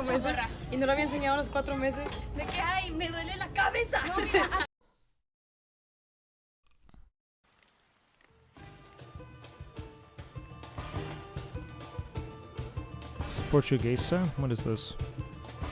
Nem fudendo! Portuguese is so pretty. Porra! Caralho! Nem fudendo! Ei! Não acredita! Dança na mãozinha!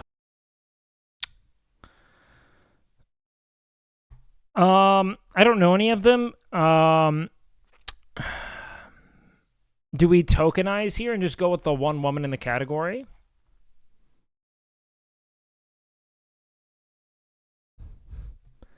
Is that what we do? I don't think there was even a mouth quotient there. She won't win.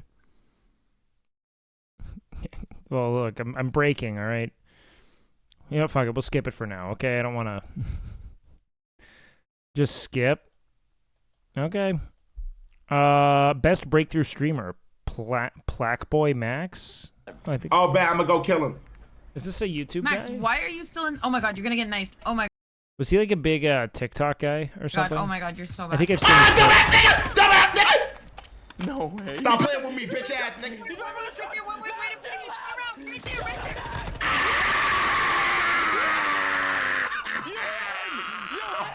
Fuck wrong with him. Fuck wrong with him. I don't really that nigga, bro. Sorry, nigga. Sorry, fuck wrong with him. Fuck wrong. Oh, bad, I'm gonna go kill him. This doesn't seem like a great clip. Let's see what he's doing right now. That's always been the case forever. Anyone who thinks that it's not and is suddenly applying it just means that you've grown into different senses of humor. But at one point, loud was always funny. That's a lot of jokes are just loud. That was kind of Chris Farley. Chris Farley was a very loud, boisterous dude. Like, I just don't like that concept. Like, bro, what does that mean? The thing is that the stream is so loud. Nah, this is... Nah, this NyQuil. Let me see Joey Badass.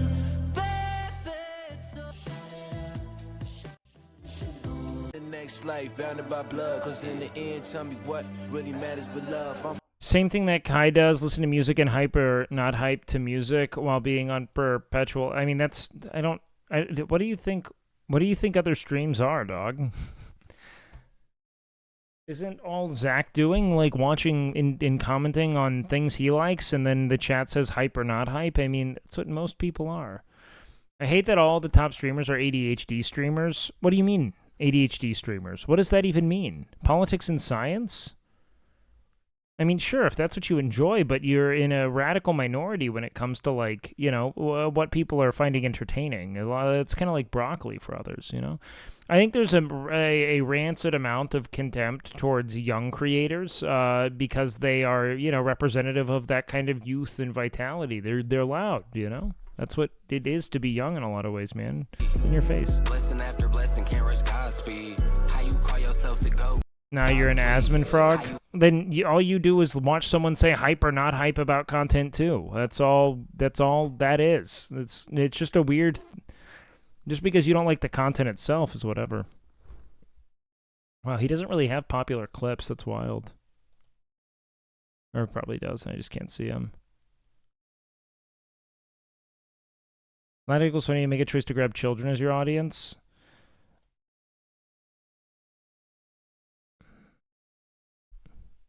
It's not just children.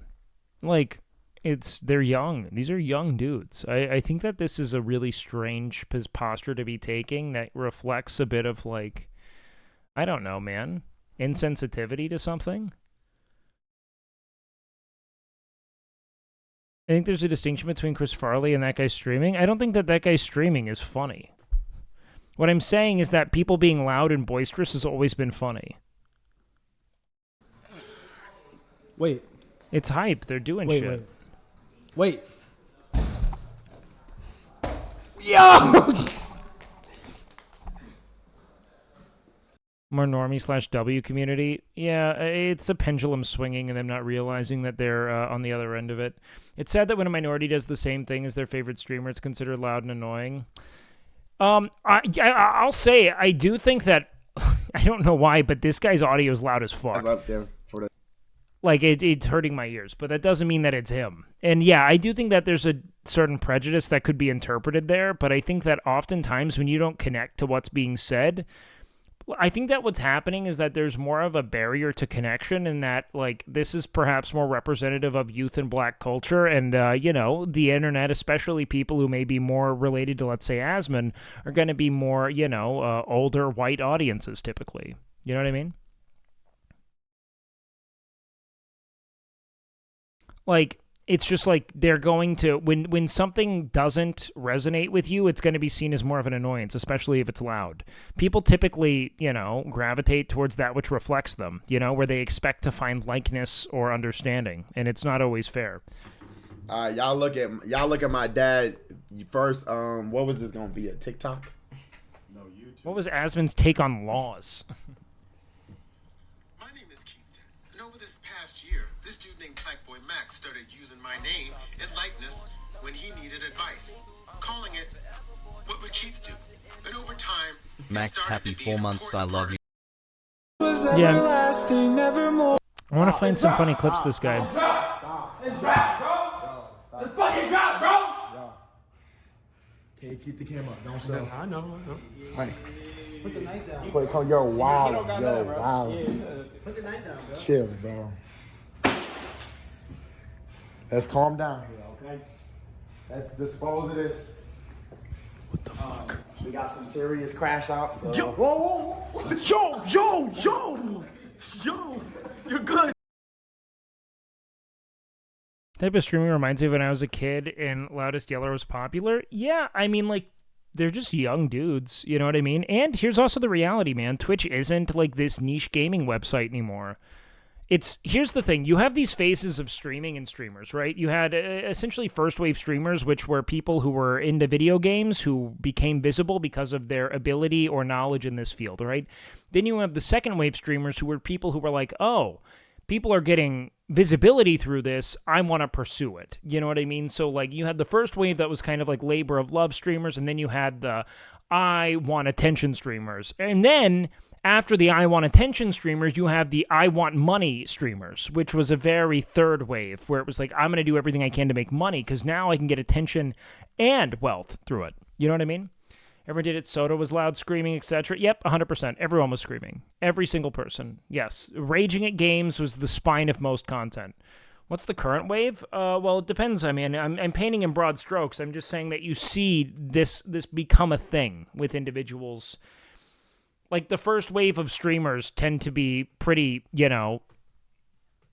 uninterested in money and attention. You know what I mean?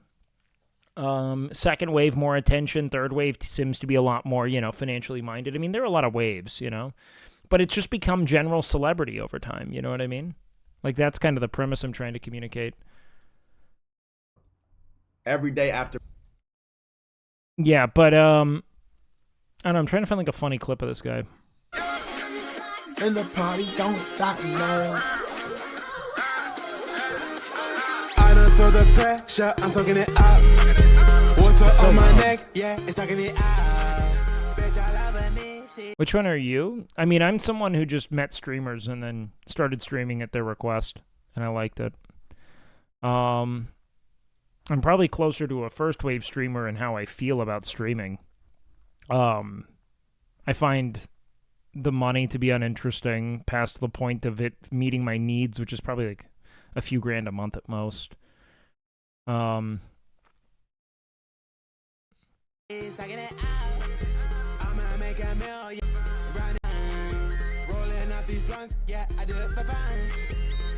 how'd this guy like gain visibility though? Like, I'm trying to understand what he did to like become seen.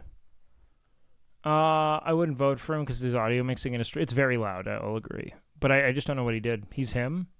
He was a Twitter rat. What does that mean? I see this guy everywhere. Kind of reminds me, he looks like Tim to me. Tim the Tatman. Made memes and got popular off that? Like what? What about the gym? Streaming helped you do that? What do you mean, what about the gym? Do you work elsewhere outside of streaming? No. I'm just a streamer, man. This is my job. This is what I do.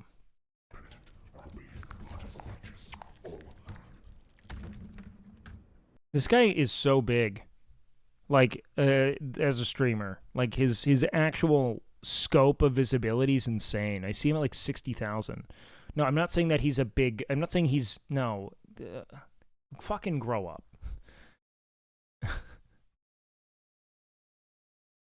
For example, rap battles between viewers? Oh, hell yeah. Okay. It's really weird, though. It's always 60K.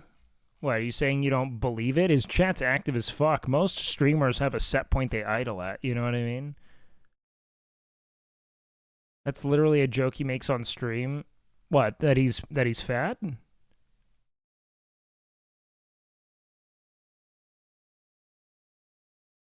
Sure. It's part of his content. Saw a lot of TikToks pop up. It's just him reading fat jokes. Yeah, no, that's all I've seen of him, actually. Which is sad in scope, but he's probably making such an obscene amount of money, it really doesn't matter. Just keep the prediction. He might, I don't know. If he doesn't mind, go for it, you know? He probably has a lot of resilience towards it. Appreciate that, man. Thank you. His thing is always losing my mind. John F. Kidney Beans. Get him out! 60K viewers, dude. Like, this dude's running the platform. It's insane. More than Kai. He's got more than Kai. The pendulum always swings, dude. It's just a variety gamer chillin'.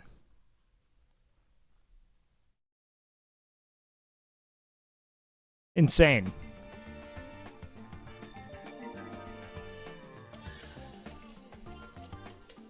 Well, yeah, because production value doesn't matter. Positive, wholesome message. I really do appreciate that message, man. Thank you, bro. Thank you. That's cool as hell. Yeah, I'm gonna go to the award show.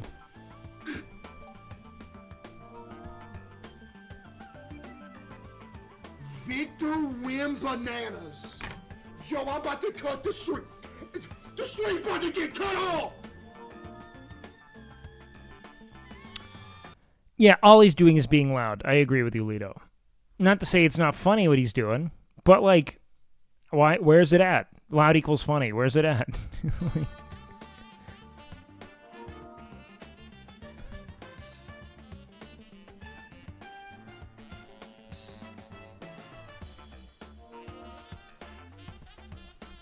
Buddy, that just got said. You're too late. Do you think Jinxie or any of these other guys will go to the awards show? I mean, I don't know. I have no clue. Truly. Maybe.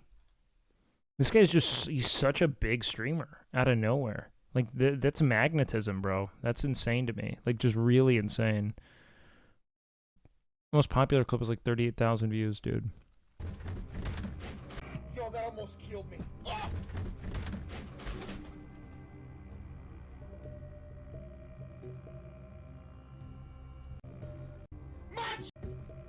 My chair broke!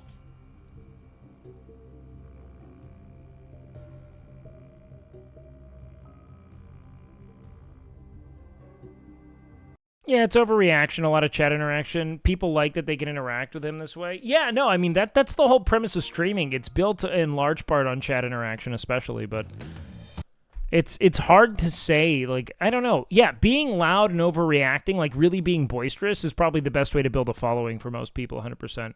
How much is a 60K a month streamer making a month if done in a mediocre manner in terms of adverts? 40K an average? Way more. Got to be an insane amount. Depends. I mean, like, dude, he could be making... How many hours a month is he streaming? I could probably guesstimate. And this is just from ads. Let's see. Okay, so...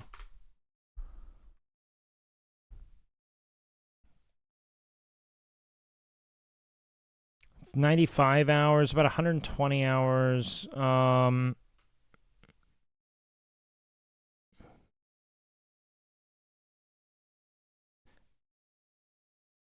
Yeah, no, he's probably making just off of just off of ads alone, he's probably somewhere around at 100 hours, depending on how many ads he's running. If he's running like maybe like 4 to 5 minutes, he could definitely be making like well over 50,000 a month on just ads. January 2023, average 150 viewers. Just insane. Yeah. Just insane.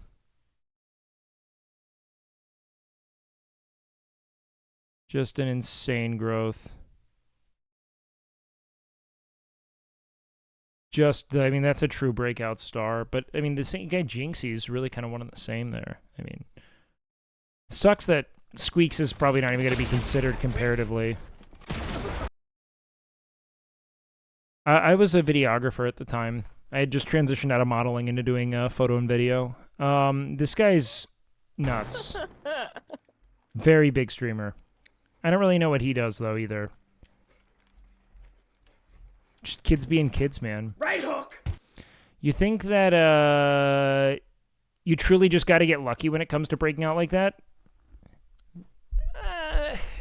Lucky's a tough term for it. I think there are a lot of people who could be that size of streamer, but there's definitely a sort of gravitas to it. Like there's a sort of magnetism they have that allows them to be that. Yeah, bro, like. This dude's like a young Tyler One. Good evening and good night. Tomorrow's tournament day. See y'all tomorrow.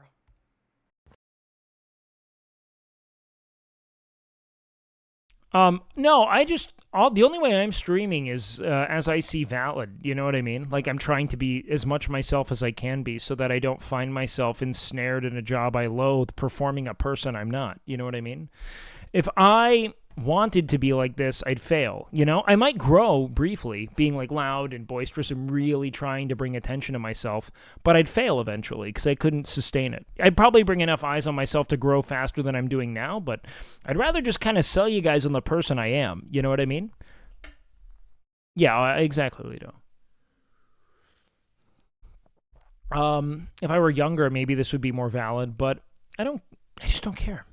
I like being myself. Over time, I think I'll grow as I should, and that's that. You know what I mean?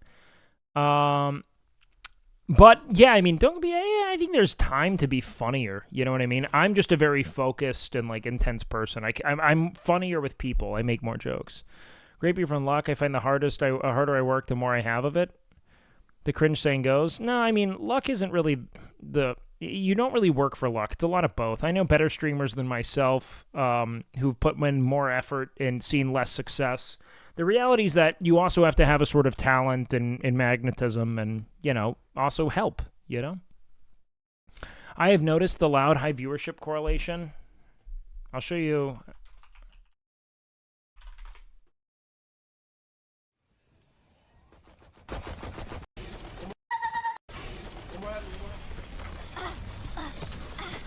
Man. Oh my god. I'm gonna get down.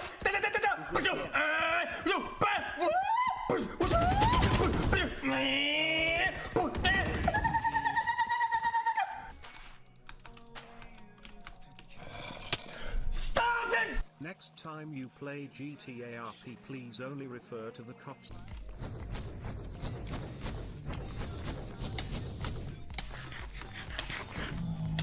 Loud equals funny, bro.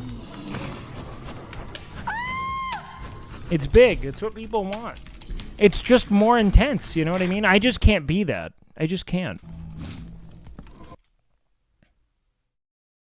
You can tell when they're... I think people make it on this site if they actually love doing what they're streaming. You can tell when they're just in it for the money. Kind of, I think, but I don't know. This isn't necessarily love. This is just intensity. You know what I mean? Always good at what he's playing, and I think he's fine with that. Better to not get yourself used to something you aren't, as you say. Yeah, I just don't want to acclimate my audience or engender an audience based around what I don't love, Will we see some gym streams from you once you get the gym open 24/7? Yeah, I mean, I'll probably start streaming from the gym once I get everything else set up. You know what I mean? Wake with Adderall, you can do anything. I mean, I just don't abuse. I've been taking the same dose of Vyvanse since I was 16 years old. I just don't abuse it. You know what I mean? Because ADHD medication at right dosages shouldn't make you intense. You know what I mean? Shouldn't make you loud. Quiets me down, I just am there. I'm just still.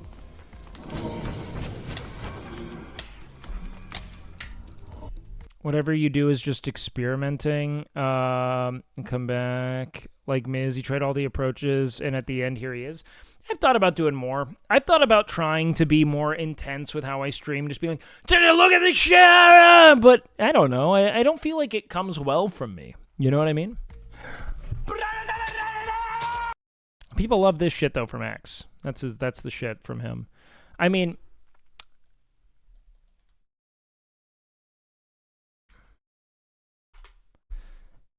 Cocky, don't get cocky. Fucking idiot.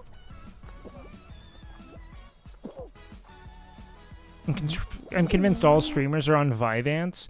I really hate it because I can't get out of bed or do anything if I don't take drugs. I know everyone. I've like my life is so much worse if I'm not on Vyvanse. Like I have actual debilitating ADHD. It does not make me hype. It does not make me fun. You know what I mean? Yeah, it just doesn't. It's called addiction. How bad? Do you have debilitating ADHD? I mean, I'd be happy to break this down for you a bit more significantly here. Does McConnell still RP bench guy on NoPixel? I used to be on Adderall. It sounds like you didn't have very... I'll be honest, man. I am as I was before I got on Adderall or on Vyvanse. It's the same shit. I'm correcting a chemical deficiency. My brain doesn't produce dopamine for things. I was routinely suicidal. Don't want to go back to it. I'm more up off Vyvanse, but I can't get anything done. Modafinil is better. No, it's not. When you and Kenny were talking about J-Rock, have you heard about a band called Cold Rain or Crystal Lake? Maybe. Is McConnell even real? He's great. But yeah, I mean, I'm glad that you're able to do well without it. I'm just not. I've been on the same shit for a long time. I don't get anything done. What is Vyvanse? It's been around for a while. I mean, I've been on it since I was very young. Cool, you having this radio station satisfies that need? I don't know what need you're talking about. I believe once your frontal lobe is finished growing, your taste will change for most things, including content you watch. Sure, but it doesn't just happen. It happens over time. It could be the natty streamer version of Sam Solik. Yeah, I'm going to start streaming the workout stuff. I'm enjoying it significantly. That is Stanley? No, it's just a Yeti. On Stratera, when it first came out, screwed me over. I'd be willing to try Vyvanse. Look, I think that for most people, if you don't need medication, don't take it. You know what I mean? If your life is relatively well put together in the absence of it, becoming dependent on a medication sucks. You know what I mean? You're probably dependent on it, but sometimes you don't need to know if your life is better with medication, if your life is okay without it. Do you know what I mean?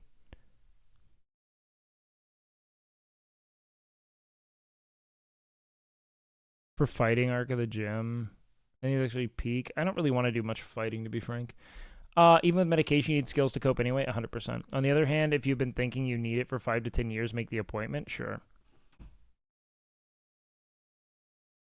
I think, do you think there's a viewer ceiling into doing your type of content and not the loud, more energetic kind? Yeah, I mean, I think that it's evident, unless you're... I'm surprised that since you work out every day, it doesn't balance out the not being able to focus since it kind of wears you out.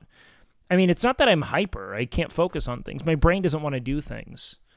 I don't I don't experience the kind of reward circuitry that other people do for getting certain things done. That's how, it's a dopamine dysregulation. My brain just doesn't produce it without assistance. Wake, your tolerance is through the roof for Vyvanse. I mean, this is how I felt since I was 16. I've been taking, Vyvanse never made me fun or energetic. It always just made me able, what? It's only ever, I've gone off of it for 6-8 months before. I'm very confused at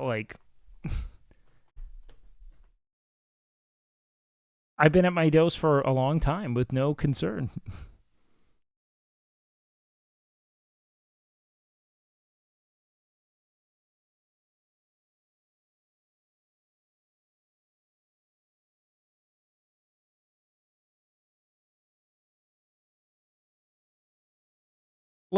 I think a lot of people get thrown ADD medication, and those who come off of it and are able to live really good, controlled, and happy lives probably have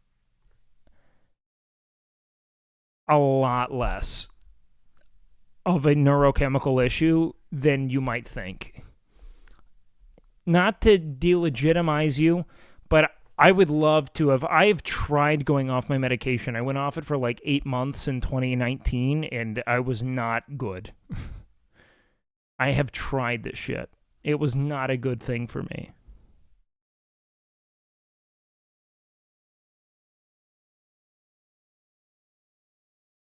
No, that was I take a different thing for depression. But yeah, no, I'd be happy to not need it.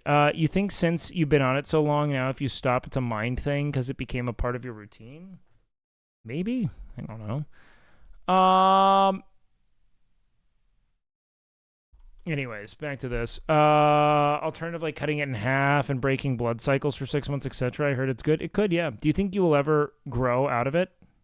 No, I don't think you grow out of ADHD. Like, you have ADHD as an adult. It doesn't... It's meant to correct the imbalance to bring you back to equilibrium. A lot of people, if you think you get high and chatty and energetic when you take Vyvanse, you do not have ADHD. Like, it should make you maybe a little more engaged and more attentive, but it's just insane. Not saying Adderall is bad. It has almost the exact same chemical structure as meth. I mean, yeah, we have the exact same chemical. We have almost the exact same chemical structure of a lot of things. Like, it's not like even humans. We have like where the chemical likeness we have to most other things when you consider our entire makeup is pretty significant. Like, yes, meth is a problem because people take it in great droves in a way that's not... Most medications are just problematic things taken in really suitable amounts. You know what I mean? Like, you don't want to take a bunch of anything.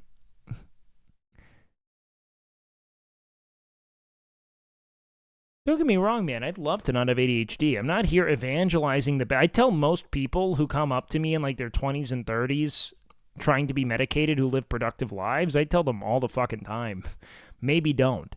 Because the worst thing about it is feeling tethered to it and building your day around it. You know what I mean? Building your day around when it's going to wear off.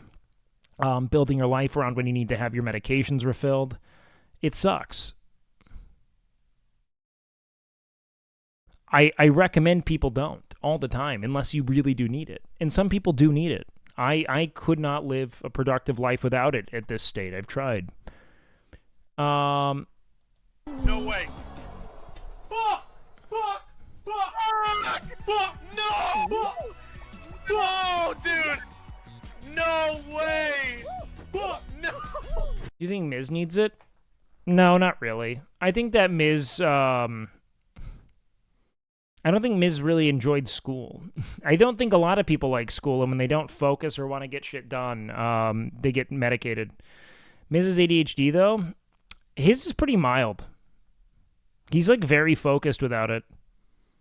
He's just very, like, he wants to make people laugh, is what I see. He still has ADHD mind, like, it can still be there. But, like, he's very focused as a person without medication. I see it all the time. Not to say it's, like, just hyper-focus. I mean, like, he's distractible, I guess, and, like, a bit disorganized, but, like, there's a lot of, like, drive there, you know? This is what I'd say.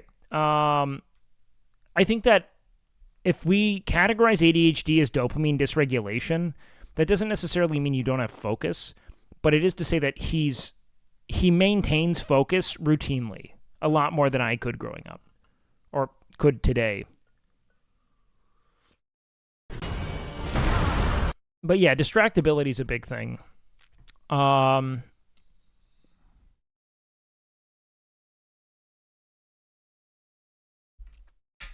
Can you focus on stuff you enjoy off your meds? Not really, no.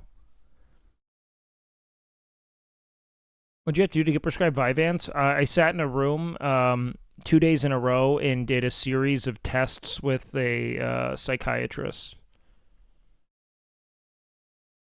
It was like 2 8-hour days of testing.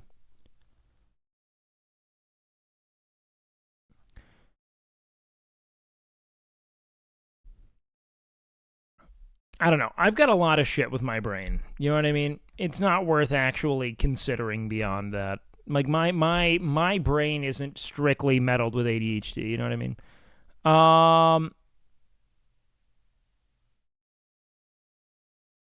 Let's see. I don't know who wins this, to be honest with you, dude. Like, what else did he do? Let's see. Let's look at his clips.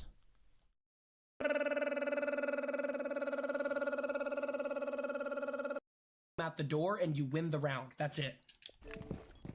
What are you doing? Aim at the door. The door. The door. Thank you.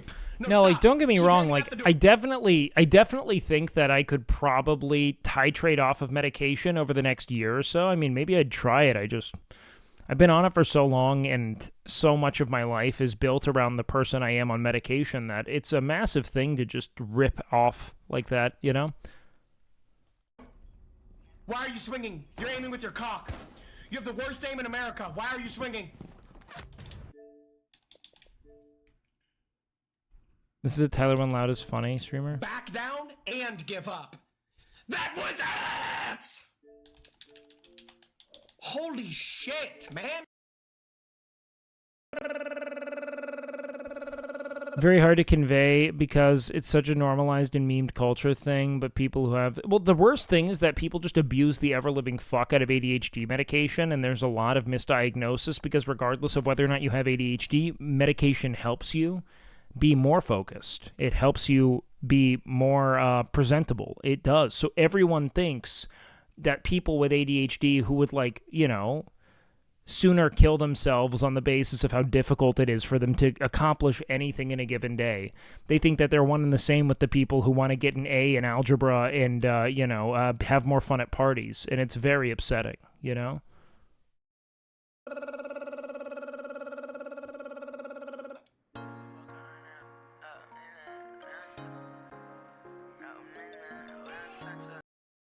He's 70K viewers in 40 minutes. He popped off this year. Yeah, he's kind of nuts, man.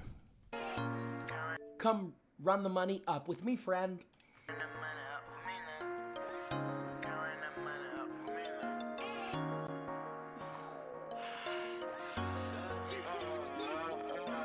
I remember I wanted to quit so many times, but I knew this moment would come. Now it's my time. I gotta make up for... Wait, no, that didn't. I'm gonna shake it, and then I'm gonna taste it. Official taste test right now, chat. Right the fuck now. Let's get it. I'm gonna rank it 1 through 10, and I'm gonna be honest on God. I've never had a bad G Fuel flavor, so it's not gonna be bad. It's either gonna be decent. He just got off of his drone. Here is what you need to do. Stay tucked in this corner and make... Good fit. Where did my face cam just go? Oh my God, I broke. Wait, Zim, did you actually send 200? He doesn't stream for long, like 3 hours? That's nothing. He gives short ones. Is that all? Pat? Yeah, he's a couple hours each time. Damn. Damn, an 11-hour stream. That's insane. It's just a lot of energy. I just never had it. Never been there. I like queso. I'm gonna go with him. I mean, I just respect someone who's growing strictly through variety gameplay.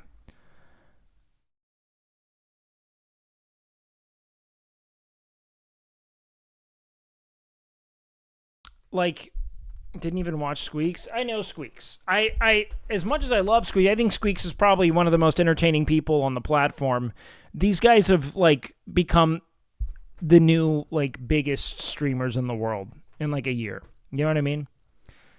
I think Squeaks is one of the best streamers on the platform. I'm just... The way I see this growth is insane. 22-3 was crazy good for Squeaks. It was. He's a star.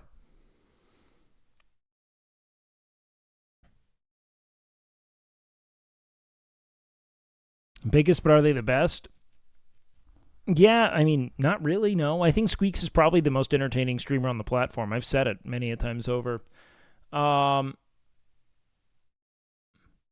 lot of some GTRP bias. That's the problem, is a lot of people are voting with, like, the last few months in mind. Like, I don't know what Nora does outside of GTRP at all. I know she's great in GTRP, but I wouldn't probably put that in the category of, like, best breakthrough streamer or best rising star or whatever. because it's so specific and so sudden, you know?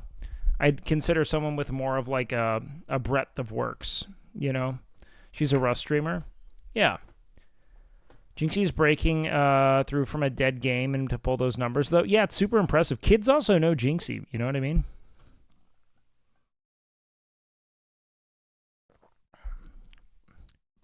Vote for Squeaks, then? I'm honestly just amazed at some dude who seemed to have just totally picked up on, you know, fucking TikTok protocol. You know what I mean? Just posting shit on TikTok to 60,000 viewers playing variety games I've never heard of. It's very impressive. Like, Squeaks had a lot of help, too, like I did, you know? Like, Squeaks is probably the best streamer on the he's one of the most entertaining people on the platform, easy. Your mom sees it every night. Or let's just bazinga. He's also a good variety guy, though. But it's a lot of collaboration, you know what I mean? So, I don't know. It's just so impressive to me.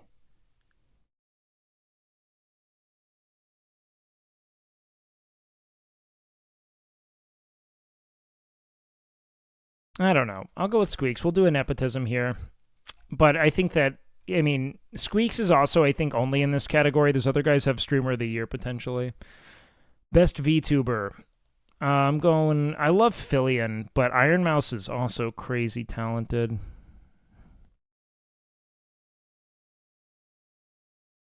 Stop doing that, saying that. Well, no, I'm also saying they're my friends. That's why I'm saying it. I'm just saying, like, I'm going to go with my friend here. Best just chatting streamer. I don't care what anyone says about it. It could go to any of those people. I'm giving it to Will Neff. I don't care if he wins or not. I love Will. He's one of my favorite people in streaming. I'm going to give him the fucking nod. I don't give a fuck. You actually can't even tell me. There is no case you could make that I would actually give a fuck about, even if they're objectively better. Best friends like we Best are. variety streamer? Yeah, that's Queso. I'm glad he has an award there, 100%. Do you think Iron Mouse gets a pity vote because she has a disease? I don't even fucking know about her disease. I just seen her sing. I could not tell you what it is. I only know that she has an illness. It is not what I know her for. I just know her for her entertaining clips. The Sapphire Award. Best female marginalized streamer who, like a Sapphire, is formed against the odds in an industry where 97% of the top streamers are... See, they should have just... I mean, I'm glad... I think if they said best woman streamer or best female streamer of the year, that probably would have gotten a lot of hate, but, like, it's a totally legitimate category considering the circumstances. You know what I mean? Like, totally legitimate. Most viewers are male. It's very difficult to get people to give a fuck about you as a female streamer. You know what I mean? Very fucking difficult. Because people, again, as we've discussed, typically gravitate towards who best represents them. You know, when they're trying to think who will I find connection with or who likely likes the things I like, it's very rare. Can't really say female anymore, damn near. Well, you can say female all you want. The problem with saying female is that it represents... it's not the idea of male and female being more biological categories than presentational. It's more to do with the fact that a bunch of fucking weird incels love saying female. It's just like a weird pickup artist jargon. It feels very reductive when you consider its associations more than anything. Like, female as a term isn't a problem. Not any huge non-binary streamer right now? Sure.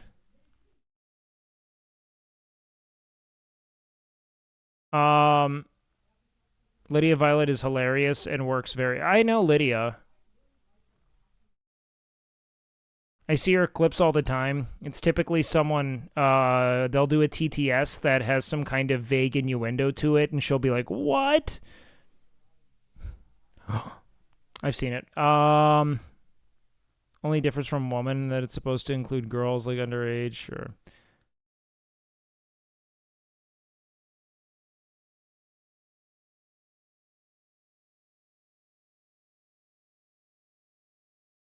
But I don't know what all of her streams are like outside of that. I think this one is Fan. She kind of made her way up by herself. No heavy on collabs, but does good at them.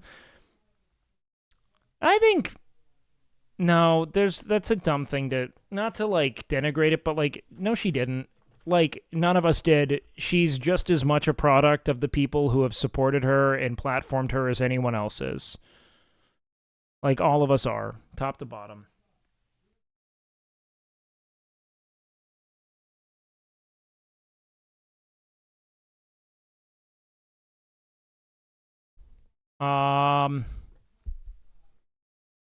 Yeah, this is a tough one to vote for, honestly. Fan's an awesome streamer. Like the idea, but Fan represents that woman that can be guttural just like a man. I don't think that's better. I don't think that, like, not to say Fan's like very legitimately who she is, but I also don't think that just because she like would appeal to me as a man or something. I think what she's done is she's normalized just like being a woman in a very real way. Like, she'll talk about things that people would otherwise be like, ooh, don't talk about that, with no care. She'll talk about sloppy, fucking heinous shit she's taken. Like she'll be like, and it was like a period shit. You know, she'll just like really force the men watching her to like acknowledge the reality of womanhood in a way that I think is actually pretty cool. Like, she's just being herself. I don't know. I've literally, and to know Valkyrie has not been on Twitch the entire time I've even known of Twitch. So when I say I've never seen a stream of hers, I mean it.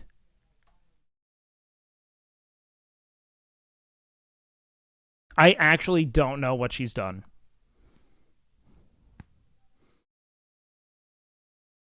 Oh, watch the clips. Good call.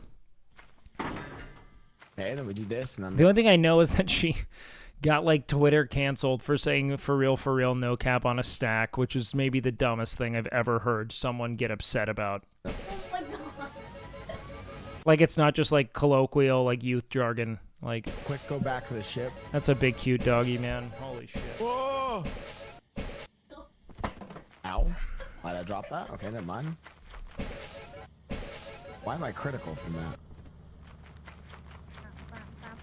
Okay. Amaru and Extremely get more viewers than most males. They aren't marginalized. What do you mean they're not marginalized? How can someone be successful and suddenly the success means that there are no ails to address systemically? I think that that's a really shitty mentality to have.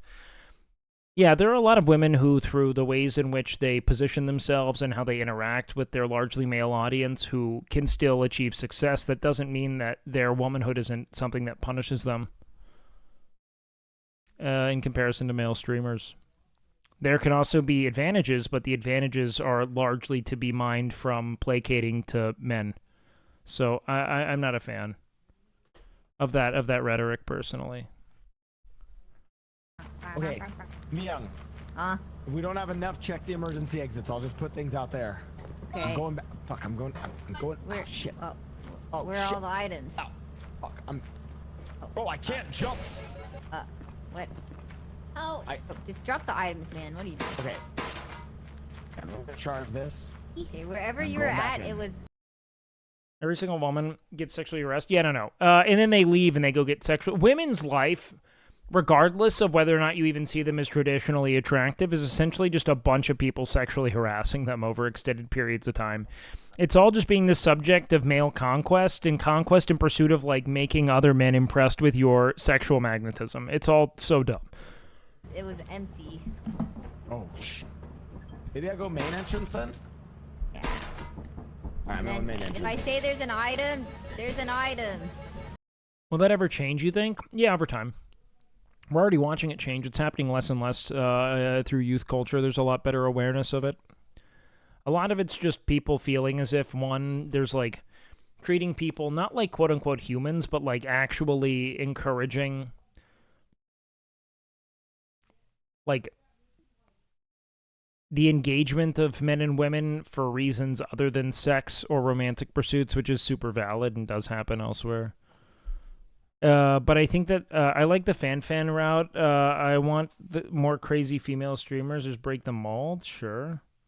Got more viewers than the other nominees combined playing video games. She's basically the new queen of streaming. Yeah, she's probably the biggest female streamer, I'd say. 100%.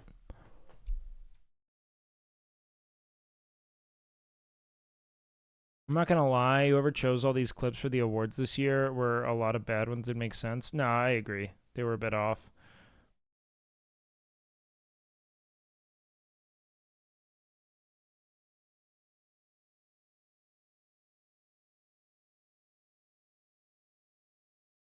Emmer's viewers are all Mizkif's viewers, I'm convinced. There's a lot of... No, dude, Emeru and Miz can be live at the same time, and Emmy will still have, like, 10 to 15,000 viewers. Like, that's just not true. A lot of her huge initial growth as a streamer came from Miz, like, her big push into, like, you know, the 5-digit kind of territory, but she built her own community. Once you have that kind of visibility, people find you. Once you're, like... few thousand viewers, people just start finding you as you stream. You're not on an island. You know what I mean? Probably anyone, it's Asmongold. No, it's also Miz, massively. But she's not, like... dude, she is a great... She's kind of like she has this sort of, like, moist critical appeal in that, like, her streams are very subdued. They're very chill. There doesn't seem to be a lot of performance or presentation. You know what I mean? She's just chilling. Is some sort of streaming academy in place of audience voting? Yeah, no, I don't think audience votes are valuable at all in this context, personally. I think that it should be about a 50-50, which I think it is. How can I obtain arms in skin pack like the ones... What? You got Kinsoli doing push-ups? No. You have to do some legitimate weight training for a while. Amir doesn't farm drama, and that is commendable in its own. It's quite unique, actually valuable. She can do whatever she wants to gain viewers, man. I think she's great. 1 to 2K viewers, and up to 15K in a couple months, and has stayed there. Yeah, she built her own audience with the visibility she was given. That's what becoming a great streamer is, man.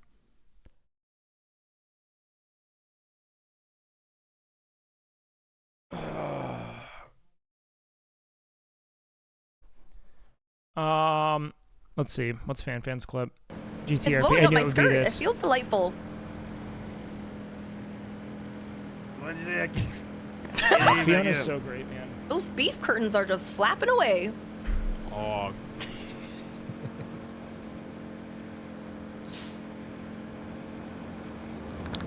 What did you say? You're on the phone with my wife. Stop. She broke the whole car, man. She's so good, man. She's so talented. All right, let's see a good Emmy clip. And face the wall and then do nothing for like 30 seconds. And in those 30 seconds, people will join who don't know what's going on, and I'm gonna scare them. To be like, wait, where is she?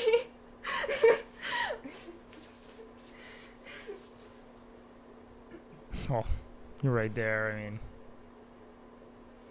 Oh shit! Wait.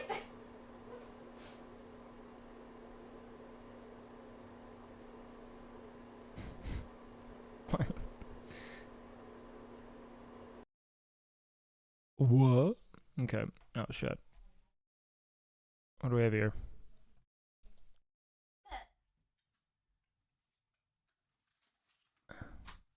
I scoop it up.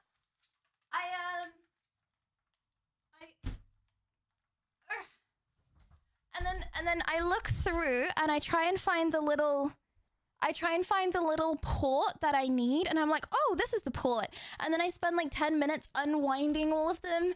So I hate to break it to you, chats. I have cut some wires. Some wires in here have been cut, so I can get some other wires out. This is something that belongs in Asmon's room. This is not... This is uniquely horrid. There are some like loose cut ends. I'm gonna be completely honest with you guys. But they're wires that I don't need. Like, it doesn't even matter. Like, 50% of these I'm never even gonna use. 50% of wires are not going to be used. All right, what Emily clip did they do? Hey! Hey, chat! Hey, chat! I'm a plant!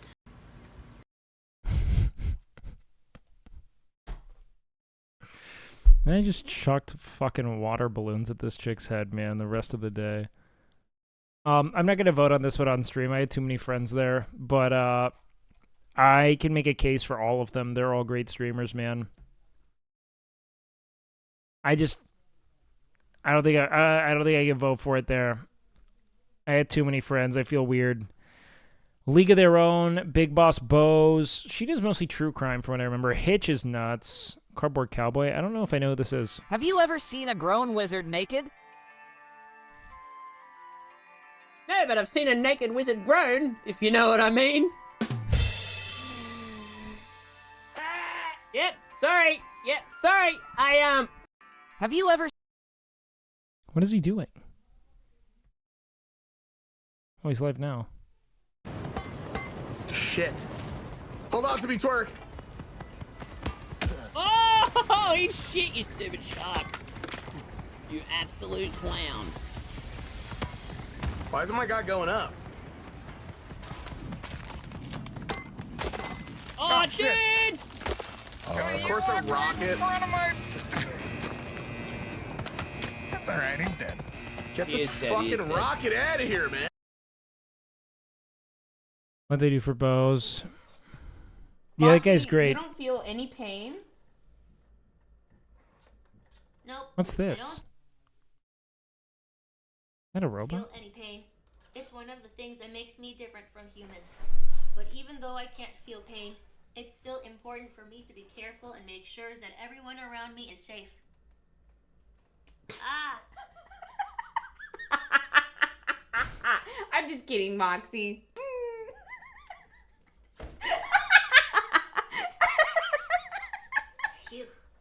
I'm okay now. Did you have something For else now. you wanted to talk about? No, Bose is cool, man. Oh. I met her a couple times. She's dope. Okay. Let me know if you think of any. Moxie, you. Is the Emily clip still playing? Is it test time? Wait, I'm in all this shit. What am can I? can we take the chair out but then put it back in? Yeah, how does chat feel? I'm scared. It's a good idea. This is more than enough. Yeah, I think we're good. Test time. All right, let's do this. Ready? Do we have people Wait, to but you're gonna spot? put it back, right? Wait, Yeah, do you want have to to- have someone to spot? You want to spot. spot her Why just would in we put it case, back? and we move Wait, the this chair. is it? We're done? Yeah, here. I'm gonna. You spot her. All right. Nope. All right. I can't get it out. Oh, whoa, wait. This is about to get a lot of views. Raph, did you? Yo. Yeah, thank you. Okay, try, gently. Oh, she feels locked in. No, you are locked in. All right. This is Enjoy that, Raph. I could be here for 24 hours for sure. All right. Should we do like a little bit more support though? Yeah. We don't No, know. this is We perfect. don't know how long this is gonna hold for. That thing's not going fucking anywhere. Yeah, that's not moving. I'm so cozy.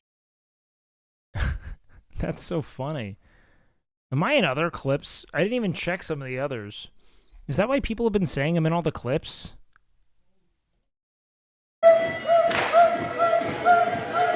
Oh, damn.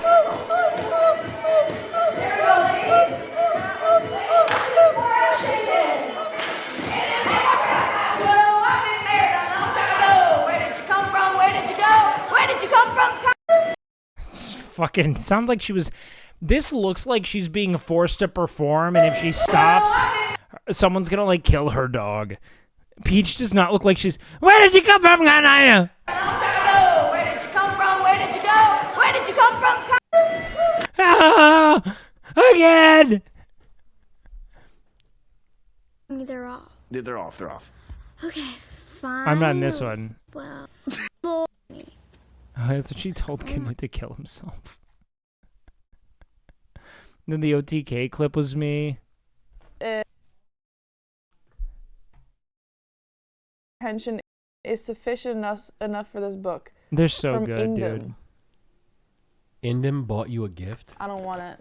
No, you have to respect Indem. I do not want this gift. Wow, that's really fucked up.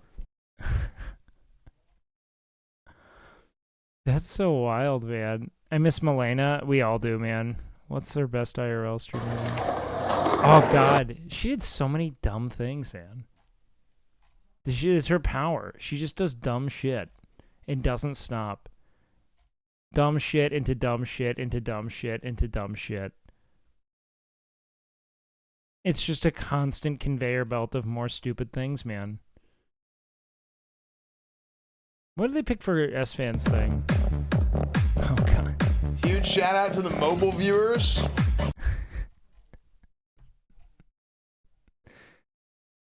Get it. Yeah, I'm going side by side. I like that hi-hat right. Ari is the only talented Twitch streamer. No one else is. It's just Ari. He's too good for this. He's like actually wasting his time. I'll never get this. Like he's like the most talented dude maybe ever. It's like I just don't get. It's like I don't know, man. It's like someone getting a perfect score on their SATs and then being like, I want to go to community college. Like, he's just there with us. I know that people vibe. Now this that nighttime vibe. Hey, this that daytime show. Baby, I'm on a roll. Okay, this man spitting this Kendrick. Now I'm on control. Okay, I got this, baby. I move, I sound so cold. For the sake I spitting on his bars, I know I sound so bold. How the fuck I do it is vibe. And I know I'm not that old, but I know these men pulled up, so I know that I gotta go. Hold up, wait, gotta run it on these beats. I'm spitting, so I know that you love it with a feeling. Wait, no, you love it where you're feeling. Wanna push it through the roof or I'm pushing through the ceiling. Yeah, fuck all of the dinners, and he looking good in the black on black, got a shirt and a mansion. He's so good, man. You want me to watch Will's clip? Okay, I'll watch Will's clip.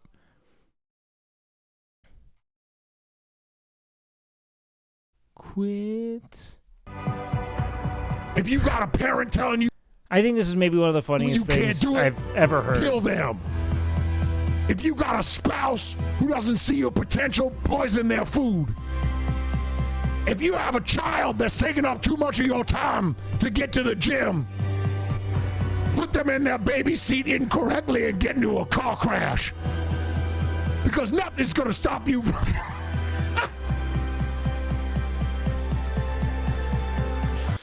When I first heard this clip, I couldn't even laugh because I was so mad at how funny it was. I was like, how did he think that up? How did...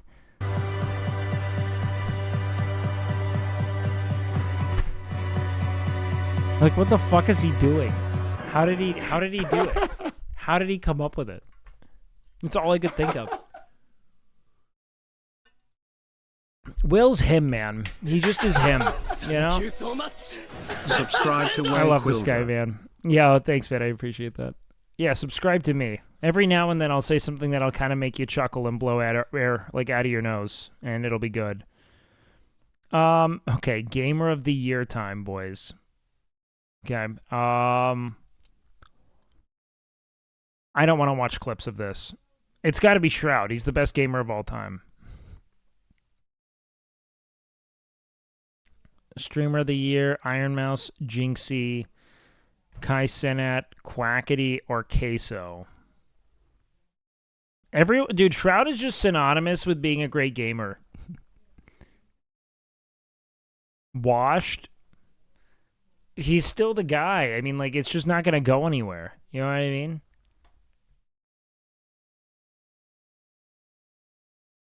I feel like Streamer of the Year this year is weak. I feel like Streamer of the Year this year is the furthest thing from weak, but for the first time ever, it's not in your orbit of viewers, of streamers. You know what I mean?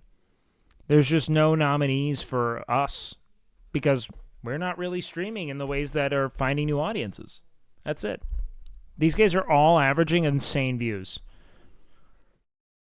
We're not old necessarily. It's just like, I think that also the people who have like continued with their successes just aren't really being seen in the same ways. And also, man, like, frankly, I just think that the way that these guys are streaming, you don't really see people pull it off for long. Everyone else chilled out after a couple of years, you know? Everyone. No one, I like, not to say they're not going to, but like Jinxie, Kai, Queso, like it's very loud, very intense.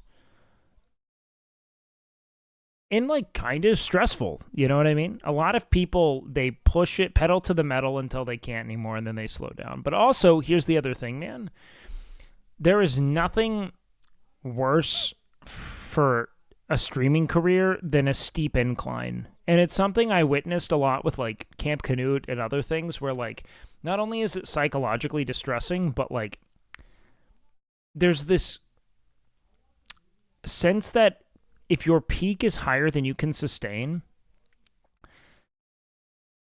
the second your numbers start going down, viewers think that your content's getting worse and they stop clicking. It happens with everyone. The second your numbers start going down, even if nothing's changed, if you just had a lot of hype and you're doing the same shit and people find it interesting, is if the number starts going down, people will say, that isn't as good as I thought it would be. That you are not to the same level you typically are, it must be a bad stream. And it will just continue to go lower and lower because of it. People start jumping ship because they want to see the winning streamer, the one who's, you know, succeeding and succeeding and succeeding. That's Kai, though, naturally, so he's sustained. No, he's gone down. Kai has lost view. He's had some huge numbers, but his numbers on the whole are down. You know what I mean? Like, it's just, like, he seems to have gone down. That doesn't mean that he's any worse. He's still a great streamer doing the same shit, but numbers are going down. Because people start seeing, oh shit, he's falling off, and they stop watching because it must not be as good anymore. It's real weird. All right, you guys want to watch the clips? We'll watch the clips. Holy shit! Overlord, thank you so much for the 5 gifts. Oh my god, we're up to 800 now! 800, it's 84, 84! Oh my god! Everyone's numbers are down. The drama wave about all the shit is over. Drama kills live streaming more than anything. Infighting is the single worst thing for streamers because a lot of this is kind of pieced together through cross-pollination and the illusion of, you know, if not the legitimate, like, you know, let's say like reality, the illusion of friendship. People want to see people having fun and hanging out.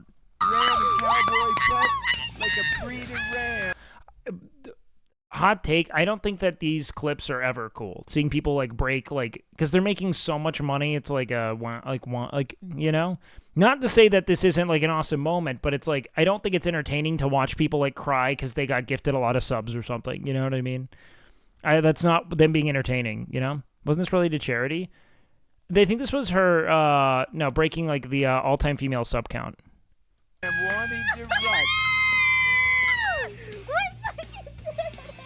Anisha's gonna cry. It's Charity. Record broken for Charity. Oh, nice. Well, he's down because people were looking at his sub numbers. Kai number only down because people were looking at his. It happened to Ludwig. Why subathon is a gift and a curse? No, it's not just a subathon. It's any steep increase of viewers because once, you know, the tourists go away, the people who were otherwise liking what you were doing might stop clicking in only because they're now seeing that you aren't peaking as high, so you must be doing worse content. It's I've seen it happen with literally everyone. That's part of why right after Camp Canute, I decided I was going to take that loss then and there and never experience it again, because I was never going to make content I couldn't sustain or be something I wasn't.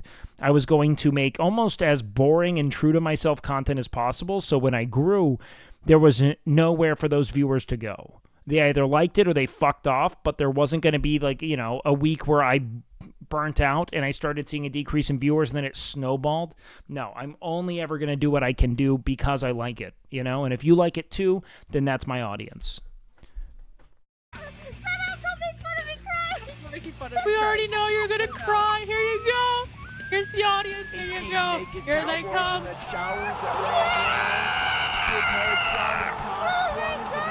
Nuts, man. Jinxie and Queso will, but maintain strong. Happened to XQC everyone. XQC would have stayed a 70k, 80k viewer streamer if he didn't go to Kick. Going to Kick is death to your career. Leaving your primary platform is death. It's death. Because so much of being a streamer is just being in your routine. You know what I mean?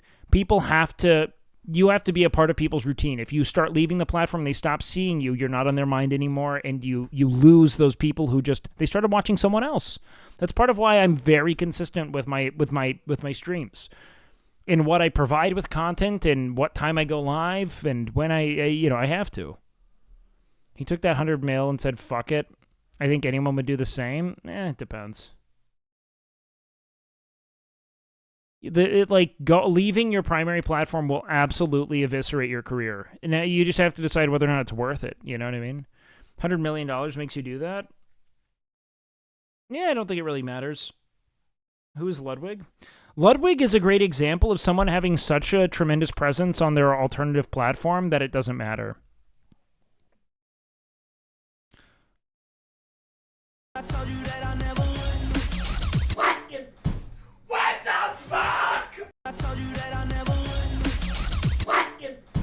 What the fuck? I told you that I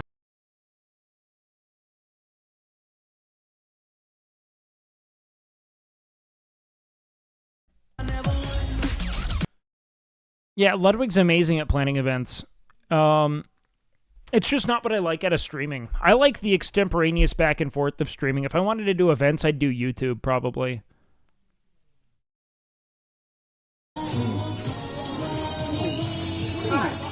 Yo! What's good, bruh? This is my dream. It's a dream? Yeah! My boy! I love you, man. Guy! Why is he so happy? I want to believe this dude is, like, just mega dosing Adderall or something to feel good. I'm like, actually, I'll never get it. The brain is so... It's so full of juice. Yeah! Oh my god! I love you, bro! I love you, bro! Can I get a picture? Of course,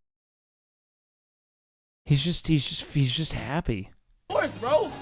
No. Kai. Like, Kai's so happy. He's so energetic. Come on, pick it up! What?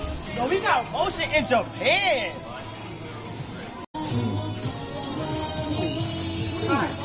Yo! What's good, bro?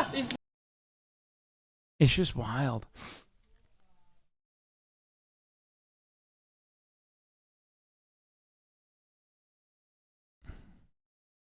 Very jealous? Oh, I'm jealous of everyone who's, like, naturally happy and engaged and bubbly. Tried too hard to dissect a lot of the streaming stuff and kind of make it more convoluted than it really is. What do you think? I'll never be into the whole, like, just don't think about it thing.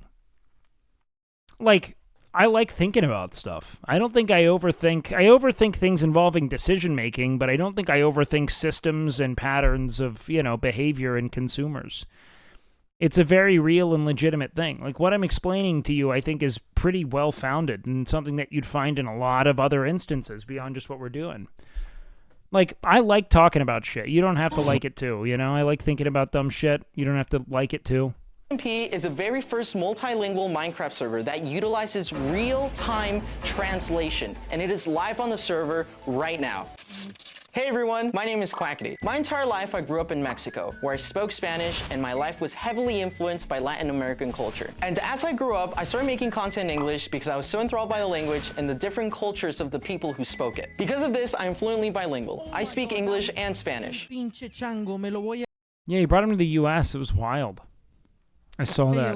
One of my biggest goals in my career has been to unify my communities from all around the world despite the language barriers. However, breaking language barriers is exactly what we're doing in the first...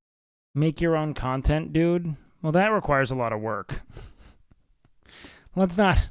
Hold on, big guy, all right? Let's not start getting ahead of ourselves ever here. Multilingual Minecraft server to exist, QSMP, Quackity Survival Multiplayer, where creators from all around the world have already been added and are making content together. Within a week of the servers, creators have already broken common misconceptions about language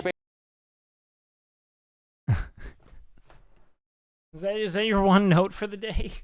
Make your own content? I'm voting on these awards, man. That's what I'm doing. and have communicated. Yeah, people wanted us to go through and vote on things and go through the clips. This is what streaming is some days. With each other without the use of any tools. Hello, my little friends. And though this is only achieved with passion and love, we're about to make that easier for them. Therefore, today we are presenting the Global Translator. After a long time in development, we have created a mechanic that live translates whatever players are saying through voice chat into different languages in real time. Someone from any country can This is really ambitious. communicate with whoever they want through this mechanic. All right, let's go. Let's do this. So listen, I'm planning to assassinate a member in the server. Do you think you can help me out? Depende. ¿A quién quieres asesinar? I want to kill someone who's done very bad things to me and I need you to help me out. Please, I'll pay anything. Like, what are even your logs?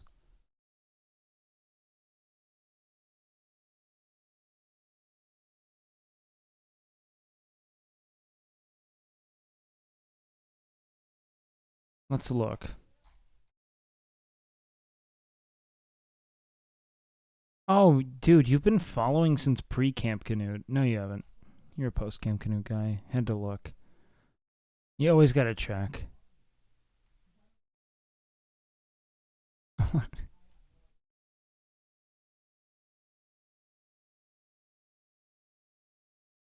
One guy? I know. They're the worst.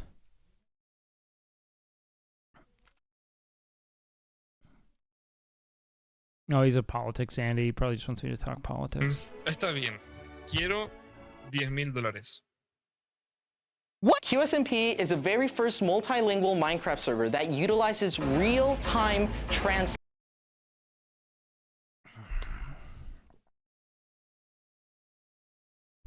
I mean, look, man, I don't want to make content beyond me either reacting or playing games and shooting the shit. Every now and then I want to organize something beyond that, but streaming's a daily thing. I just like hanging out, you know what I mean? Like, there are so many ways to go about being a content creator, and a lot of what I'm trying to say is that I don't want to be a YouTuber. I think a lot of Twitch streamers try to turn Twitch into YouTube, and they burn out of it very quickly. You know what I mean? Because they're constantly trying to pump out like original live content that just essentially vanishes with the day.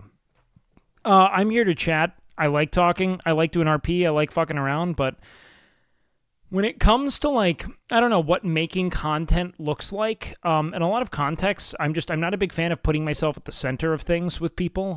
So IRL's a bit, let's say, uninteresting in that way. Like it just doesn't like causing a ruckus in public is very distressing to me. When it comes to like, let's say, when it comes to like reacting in general, most of what I like doing is talking about the concepts that are brought up through them. And it's kind of just a way of bringing that to mind. The reason why I don't make my own content is because I'm not deluded enough to think that people coming onto my channel really helps them. It's them doing me a favor. You know what I mean? And because of that, until I grow an audience that I feel benefits people who come on my stream, I'm just not a big fan of trying to get people to come do things with me. I don't know. Whenever I think about it, I don't watch streams. I don't watch YouTube, and I don't find a lot of content that isn't educational to be super interesting. So unless I was a video essayist, I wouldn't want to make content. You know what I mean? Outside of me shooting the shit and, you know, reacting to things. And I don't know to what extent I can really be a video essayist anyway. It's not really my niche. So I don't know. I like to do that. I don't think I'd be a good essayist. I don't really have anything I'm interested in. Like, I mean, maybe there are some things. I just think that most things I know are just like an amalgam of inputs and a few additional thoughts of my own. But this project's insane. Yeah, that's really impressive, actually, what Quackity did. Live translation's super powerful, so I kind of almost want to give it to him. But I think Kai was Streamer of the Year this year. He had like Mafiathon and a bunch of wild shit. I don't know.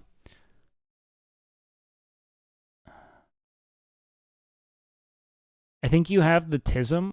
What makes you say I have autism based on this?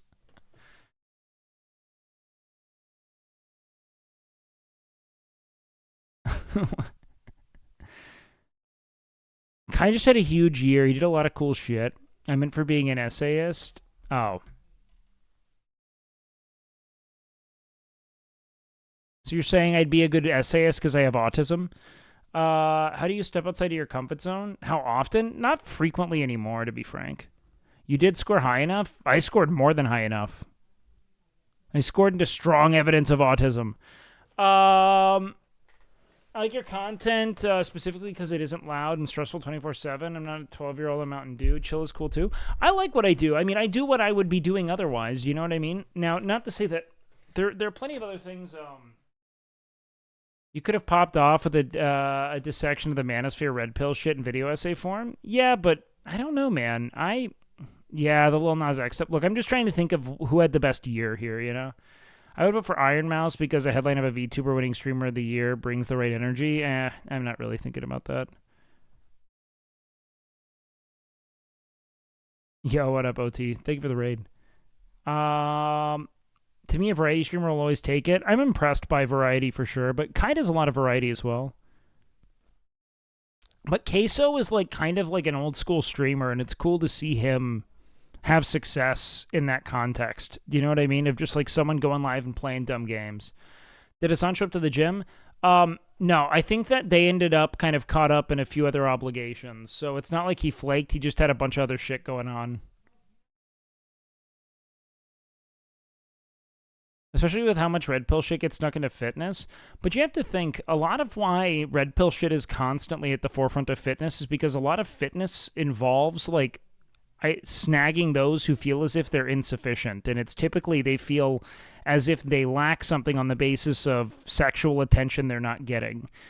It's a very potent conduit for a hateful ideology to be like, oh, you're in a kind of a disheveled place, you know what I mean? And you don't think you're enough. And so you're looking at all the things you can change, and other men are telling you what it is you should change based on what it is they can sell you, you know?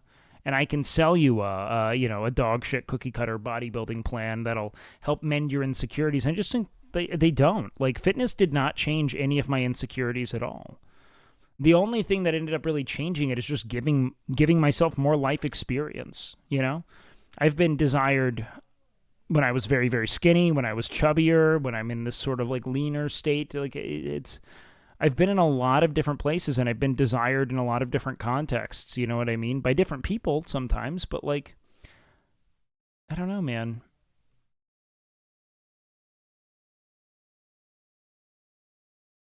I just don't think that you're going to get the attention you want strictly through getting a better body. I don't think it's helpful. Hey, Wake, I've begun training for my next level in Muay Thai. It's physically demanding and I sweat a lot. Any recommendations to add to my water intake to hydrate myself?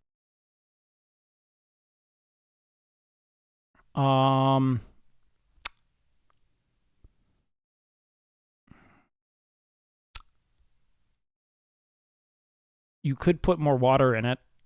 When you finish the water, you could put water back into the bottle.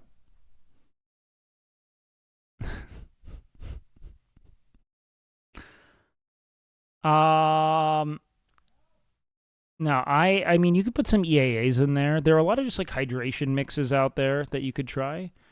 I hope to see Canute nominated next time. He encourages so many people to improve on their fitness routine and eating habits. It's worthy of an award. Sure. I mean, I don't think it... Yeah, I think Canute's a great dude and a great streamer. You could do whatever you want with that shit. I don't... 100% correct about the initial motivation. It's up to people like you to bridge the gap between initial motivation. Yeah, no, I mean, it's part of why I've started to be more warm towards platforming fitness over the last couple of months, is just that I do feel good when I'm at the gym training with people, and I've missed it a bit. You know what I mean? When is Soda going to get the Lifetime Achievement Award, though?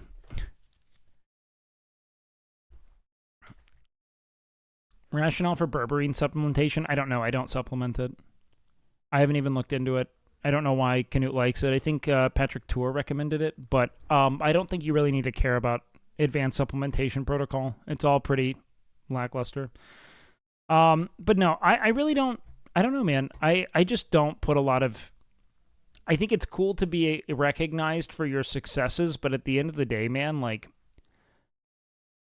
I moved out of very award-centric, you know, like, self-serving environments to do something that was a little bit just more true to who I am. Granted, I found the actual labor to be a bit shittier because it was a lot easier for me to be funny in character than it was for me to be funny as myself, because anything involving you involves a great deal of, like, attention seeking. Do you know what I mean? Like, being funny in a context of people you don't really know that well, or to an audience as yourself, just feels very look at me, and I dislike it. It's part of why a lot of people started to find me funny. Some people just found me annoying, right? But people started to see more of my humor when I was playing Beef, because it was a lot easier for me to just be funny in that context, you know? I just am me there, you know what I mean?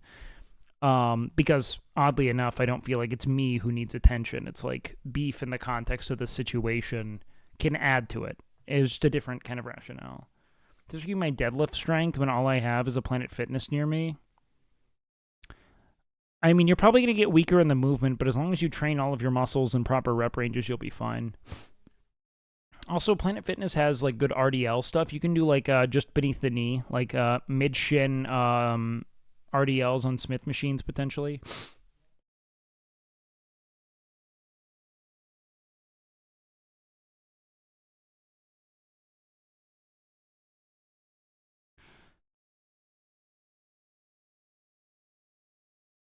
Maybe you should just be you in everything and stop overthinking. Oh, that's harder.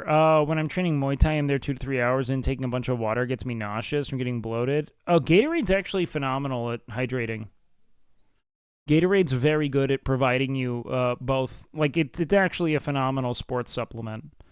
Like, if you powdered Gatorade especially, because there's, like, real sugar in it, but it's actually very good at what it does. And it adds carbohydrates to you so that you can go for longer. Asking waiting to overthink. I just get anxious. I don't like doing that, personally. Will you challenge Hassan to wrestle when he comes to the gym? No. I will not. Mostly because my back is hurt. And I need to rest. And look, if someone brings the baby oil, I'll do it. But I don't... Hassan is not, like, reached out to me to do... Like, I don't know Hassan that well.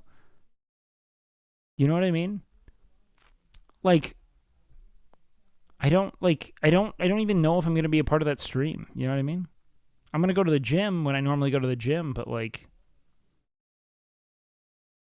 he hasn't, like, hit me up to do that. You know what I mean?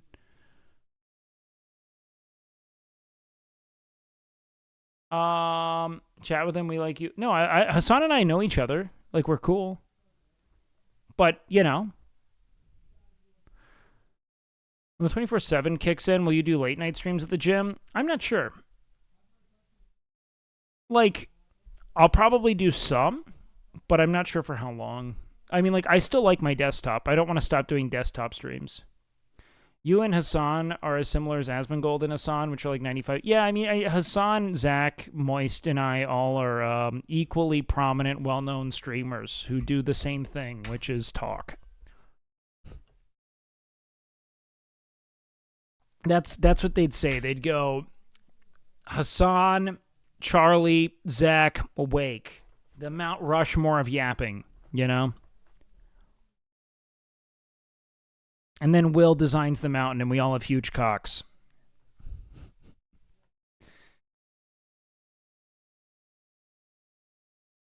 Just chatting streamers? Yeah, but it's mostly people who are mostly, like, renowned for... I'm making a joke including myself in that, by the way. They're people who I legitimately, like, when I first started streaming was like, that's something I could do. You know what I mean? When it was brought up to me. People took me to other streamers, just like, you should look at this guy, see what this guy's doing. And I was like, okay, that's representative of what I actually have interest in, which is just kind of talking to people. But I do need to step out of my comfort zone more with planning streams. I just hate it. Like, I really don't have fun. It's really sugary, so drinking every day, though, sugar's fine. Just brush your teeth. It's mostly just there to, look, if water's making you nauseous, you probably don't need to be drinking much more if you're going to puke from drinking it. Zach be gaming, though? He only chats for 4 hours? Well, I be gaming too, dog. Will Neff is a super popular just chatting streamer. Yeah, Will Neff's amazing, but he's more heavy on reacts. I just remember, like, right when Camp Canute happened, I saw you at the gym late at night and followed you back when you had, like, 300 viewers. Kind of crazy now. Oh, no shot? That's wild. Hey, man, welcome in. Yeah, I tried really hard to build a legitimate, like, a community that really reflected who I am, you know? Because it's so disorienting when you first become visible and you just have to... Thank you so much. Best of Less than Linda. 3 Thai for the streams, Wake. Yo, big love, man, of course. Most people are Camp Canute Andes. I realized that I couldn't be, like, what Mizkif is, you know? I don't have that kind of energy, you know? Sometimes I feel really good and confident, but I found that the more I have grown, the more confident I feel as a streamer, unfortunately. I just feel like I belong more. and I can make jokes that aren't, life or death in the same way. But until that's part of why I loved streaming Grand Theft Auto. Like, I didn't feel like anyone knew who I was. I actually started to like it less the more people knew that I was beef, because then I got very anxious about, like, oh, people are going to start attributing this to me, which was very, very strange. You don't like Canute's chat? A lot of people don't. It's fine. I love Canute, though.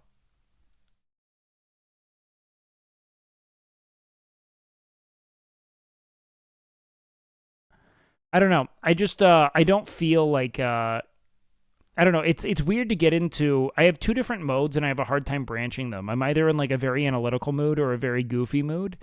And as someone who struggles with, like, the regulation of attention, if I I can really only hyper-focus. You know what I mean? So if I don't start goofy, it's hard to become goofy. All I can do is, like, I can't, like, mid-sentence break into jokes. You guys, anyone who's around long enough sees it. I'm either in a goofy mood or a very intense, talkative mood. I don't have the ability to really bridge the two. I'm either joking or I'm, like, kind of in the pits of despair. Oh, man. Yeah, a lot of people who are Baldur's Gate Andes are funny, man. I think, honestly, and everyone will contest this, but in a weird enough way, I think I got more of my long-term vocal community viewers from Will playing Baldur's Gate 3 with me, Caroline and I talking about Palestine, Israel that one time, and Hassan talking about my penis. And I think that those three things probably led to the same amount of concurrent viewers as Camp Canute did.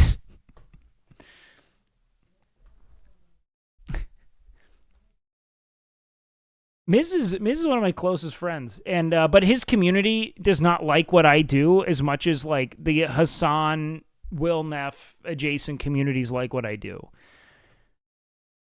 Like, most people aren't just chatters like that. You know what I mean? Like, they're much more, goofy and, like, off the wall to things. And for Miz, a lot of people do too. I mean, Miz brought me the most viewers, definitely. I mean, like, that was. It's just funny how comparatively far less affiliation net me, like, a really similar amount of viewers.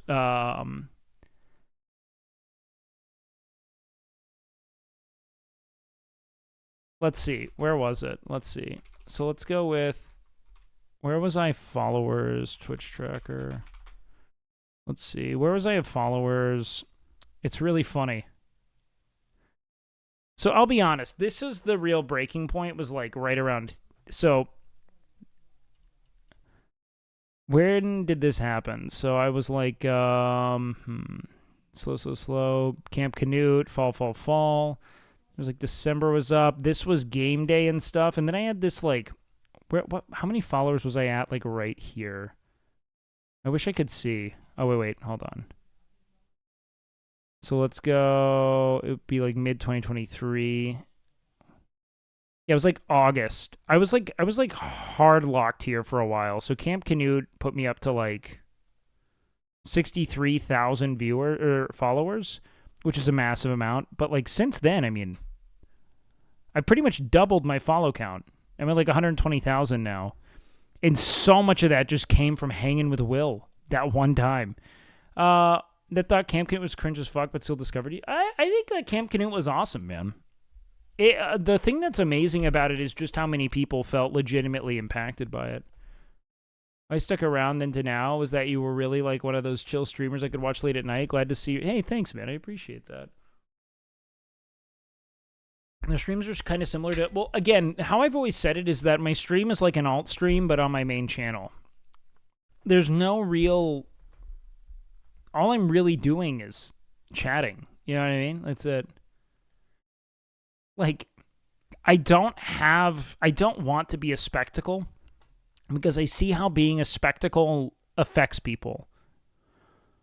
I looked at the people who I thought were streaming in ways that I could always sustain and always feel at home in, and it was like, okay. Right off the bat, I'm thinking Amaranth. If it's not Amaranth, it's got to be Jen Fox. Then we have to start thinking about, we have Barry.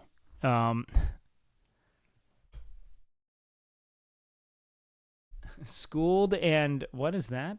And Parasocial. Oh, that's interesting because I'm always so stiff on those shows. I feel real. I'm fucking bricked.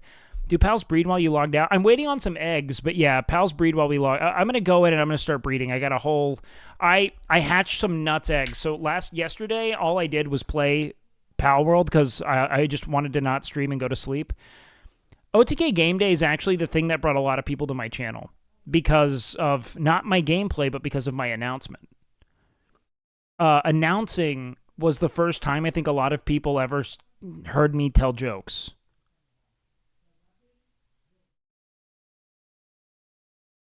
Like the first time ever that people were like, oh, this guy can be goofy and I like him.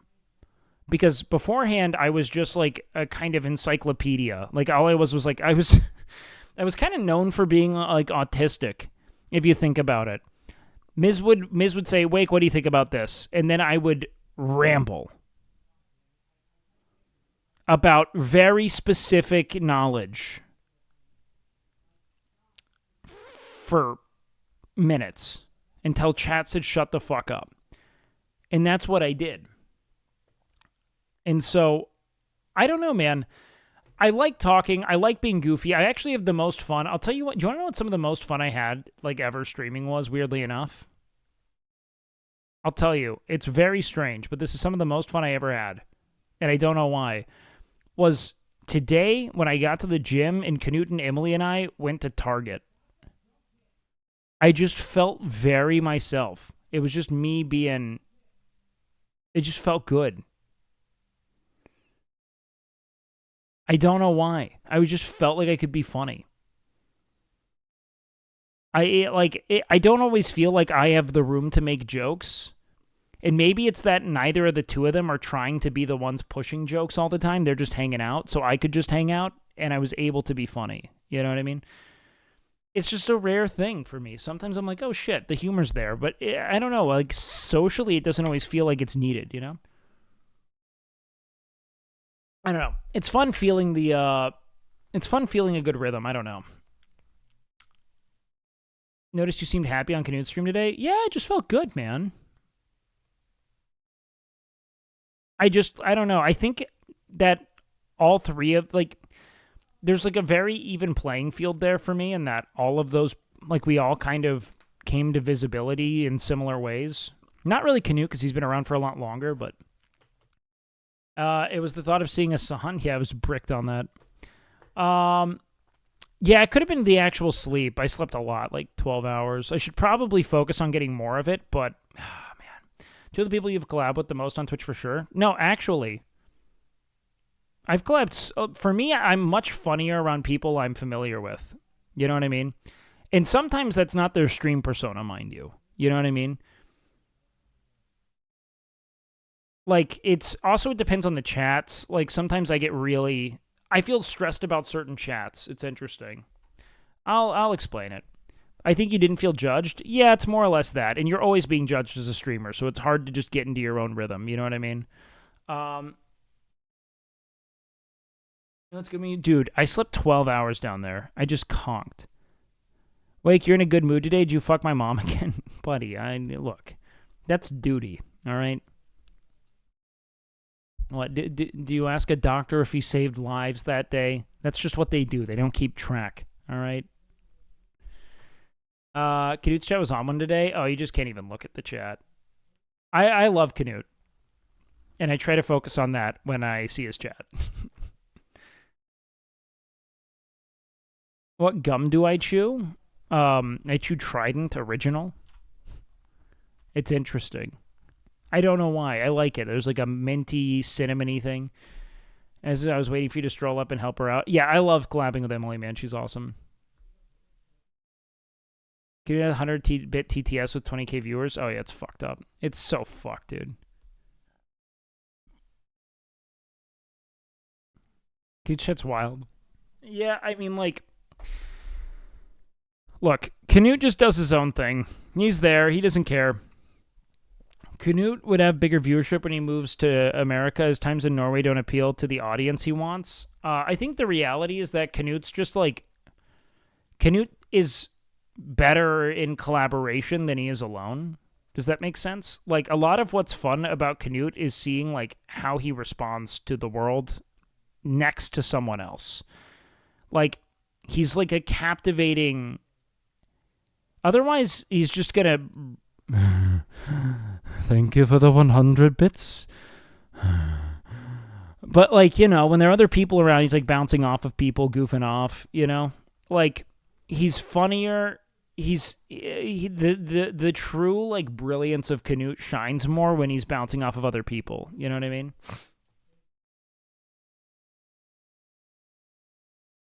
Because he's very reactive. You know what I mean? Like, he's great at, like, bouncing off of people. I get really similar. Honestly, for me, the reason why a lot of people only know me for, you know, being, like, really intense is that I'm funnier outside of that context. I'm funnier with I'm funnier in collaborative context because I think that it's kind of just a reflection of what I'm thinking about, and a lot of what I'm thinking about is, like, not fun. It's just not funny. It's just... My brain is thinking of not funny things at any given moment. How do you get your bum without it looking like mushroom? Help? Oh, God. Have you talked about how pretty Waterlyn is yet? What's a Waterlyn? Waterlyn? Oh, Jake's girlfriend. Oh. I know water. I just saw it as one word. I didn't know what I was looking at.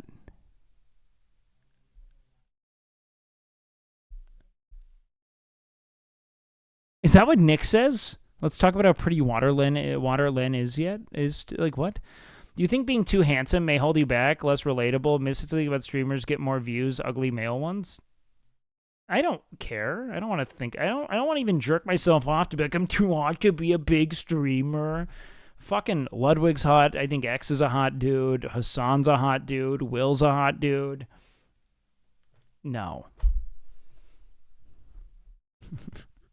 They do just fine. Sear's a hot dude. Asmongold, you know, look, they're all hot. Like, that's just not... There are so many hot dudes here. I do think, though, that there are certain audiences that you'll grow more from being hot. Do you know what I mean? Like, I think that Will and Sear share a lot of audiences. I think that Hassan and Will share a lot of audiences. I think that Ludwig and Hassan share a lot of audiences. I think that, generally speaking, there's a reason why if Hassan mentions me on a podcast, I grow a lot from very little. Because they're probably viewers that are receptive to or interested in those people. Soda's also a good-looking dude, 100%. No, pretty much everyone is sufficiently... The way I describe most big streamers is that they're all at a minimum normal person on TV hot, which is normal person hot. You know what I mean? Does that make sense? Like, the person that you'd have play, like, the main character on a television show, they're that hot. Which normally isn't that hot. Think, like, you know, like, but they're hot generally. Like, if you saw them out in the world, they'd be, like, a hot person.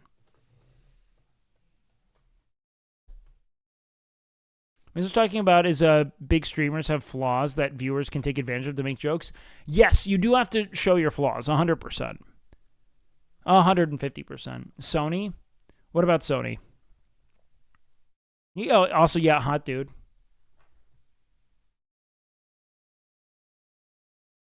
But yeah, I mean, you have to have, like, kinks in your, or I know it's not kinks in your armor, but, like, I don't like, I think let's just retire that phrase. I do think that being vulnerable and open is important. For me, I don't find a lot of my flaws very funny. My flaws are just sad. Are you nervous? I'm always a bit nervous when I stream. Yeah, 100%. But no, I don't think you're like too hot. Like I think that's a really stupid thing. I think that I am the size of streamer that I am because I put a lot of effort into other people's streams. I put minimal effort into my own. And I get very anxious when I have to present socially. I do better in characters. I'm funnier when I play a character because I just don't feel distressed about it. You know what I mean? I don't feel like I'm being assessed, and I like that. I think XQC is a handsome dude, actually, yeah. Do you think streaming is similar to or requires more effort than stand-up? I think streaming is harder on you psychologically because it's a constant presentation of self.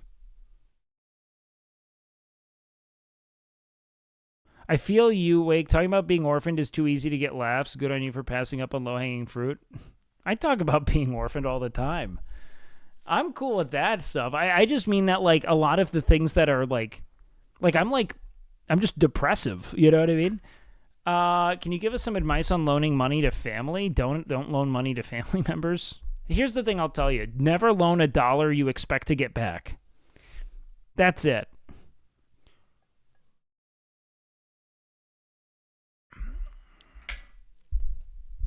Never loan a single dollar. That's what I said when the Slicker thing happened. I was like, here's the thing, man. If you ever expect to get $1 back from anyone you loan money to, don't. Even with big streamers, I've loaned money to people. Like, I bought expensive things and like, I'll pay you later, and I will never do that if I expect to get paid later. You know what I mean? Ever. You're just not. You might, but don't expect it. You know what I mean? I just say, yeah, I'm helping out right now. And then in the future, they'll help me out, and we do that. I said content creation is the new 9-to-5 trap? What the fuck does that even mean? No, you should make content if you enjoy it. I think everyone's being told they have to be a content creator as a way of, like, you know. A lot of people think that making a content creator is akin to having fun in your room, and it's just not. It's work, and if you want to be good at it, you have to be very... there's a shameless self-promotional impulse that you have to embody.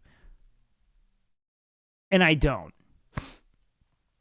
Like, I do not like the whole self-promotion concept of streaming. It's part of why I think I've been very standoffish towards it. Don't loan shit, just give people if you want to. Sure, that's how I stay. Like, you have to constantly be thinking, like, now's a good time for me to make a joke, and, like, really going... You have to try to be at the center of things. You know what I mean? Gym tomorrow? Yeah, you know what, man? I like Hassan. He's someone I'd like to get to know better, because I think I get him a lot. Was your mental health better before streaming? No, my mental has always been atrocious, but streaming is definitely, like...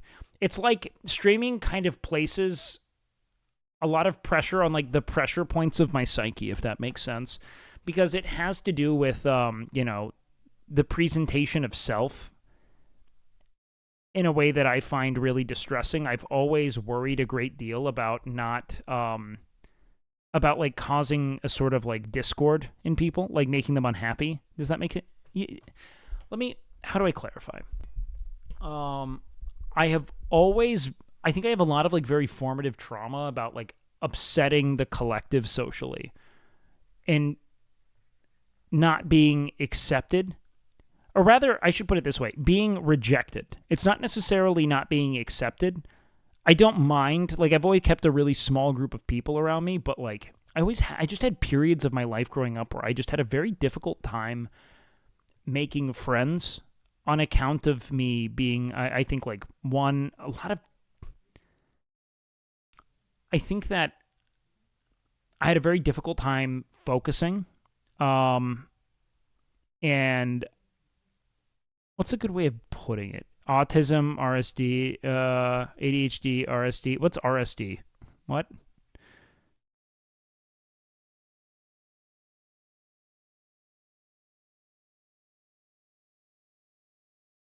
Oh, yeah, rejecting... Yeah, it's all comorbid. But unfollowed recently because... hold on. Because you talk too much and seem narcissistic. I saw the Target run today and liked the segment, so I followed again. Hopefully you work on being in your goofy mood more often. Sorry, Ava. You saw me as narcissistic. But welcome. Sometimes I have fun, other times I don't, you know? You don't strike me as an antisocial student. No, so what's the right way to put it? I think that I was really concerned as a kid about... I really disliked the feeling of being...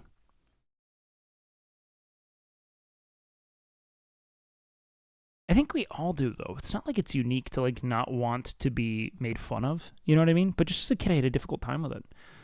And I'm very willing to listen to people's criticism. You know what I mean? Were you a people pleaser? Aren't we all people pleasers? Like, you know what I mean? Like, I think it's a funny thing that we've, like, created this, like, it's a people pleaser. It's like, we all kind of are in a way, you know what I mean? You have to know when you're now hurting yourself, right? But in what ways are we not all, like, hoping to make people feel better? Like, I don't know. Devin Townsend is? No, I don't. No idea at all. Is he cool? You might get asked to please more people than a normal non-entertainer. Sure, I get that. Black holes of self-interest that will literally never do anything that doesn't directly benefit. But you know when I said, like, don't loan money that you expect to get back? Don't do things for people with the expectation of reciprocity. It's the single greatest lesson you could ever learn as someone who wants to help people. You have to ensure that when, like, push comes to shove, you're never going to be helped. You know what I mean? Just assume it. And so all the things you give should never be with the expectation of it being reciprocated. Just give because this person deserves it or you want to give it to them. Even if they don't deserve it. What does it mean to deserve it? Everyone should be given love. Everyone should be given the opportunity to disappoint you is the way I see it. I don't do personal training at Ironforge, man. But if you ever come by and want advice and I'm there, just come ask me. It goes back. Yeah, exactly. You should not be giving things you expect to get back. Life isn't a transaction. There is still, like, you know, the transaction of I do good thing, I feel good. But if you turn everything into this kind of like, and now you owe me, you're going to be miserable. You're going to lose friends. You're going to hate people. It's just not safe. But yeah, what's the right word? I'm like you can have it if I got it to give. I think at some point when I was young enough, yo, McPoon, thank you for the sub, man. I appreciate that. I think at some point I developed a fear of, like a really visceral fear of being, I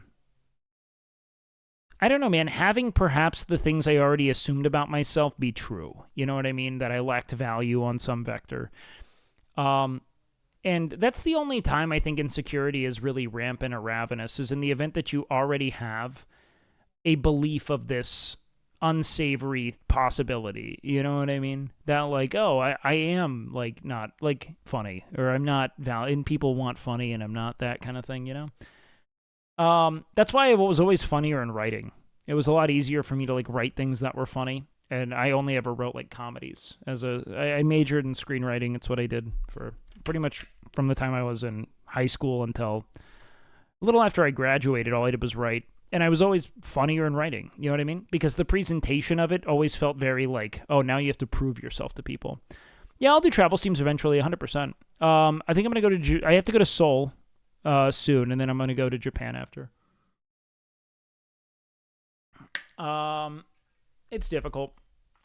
How do I not feel bad that my friend consistently wants me to pay for some drinks or things when we go out? You should bring that up to them. You and Will should hook up on something fun. Will's so busy when he comes into town, man. He's always doing stuff. I don't feel good asking for it. You know what I mean? I love Will, though. He's one of my favorite people. I just, you know. Are you talking about while he's in town, or do you mean for Japan? I don't know. How come you're going to Seoul? I actually lost a wheel spin. It was like a 0.02% chance to land on it on this. It was the only wheel spin I ever did on stream, and it landed on go to Seoul. So I have to remember that. You know, do not ask, demand. I don't like. I guess here's the thing, man. If I were a bigger streamer, I wouldn't feel stress about it, but it feels very... I don't want my friendship to ever be misconstrued as transactional with bigger streamers. Do you know what I mean? Which is why I don't ask them to... I know I'm a big streamer. They're bigger. You know what I mean?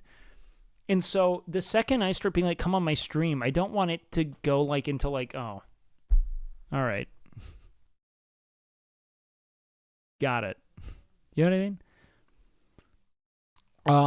I care a lot about, like, there are a few people whom, even the people I'm closest with that I really love, I know what streaming can do to their brains, and I never want to put that seed in their head. You know what I mean?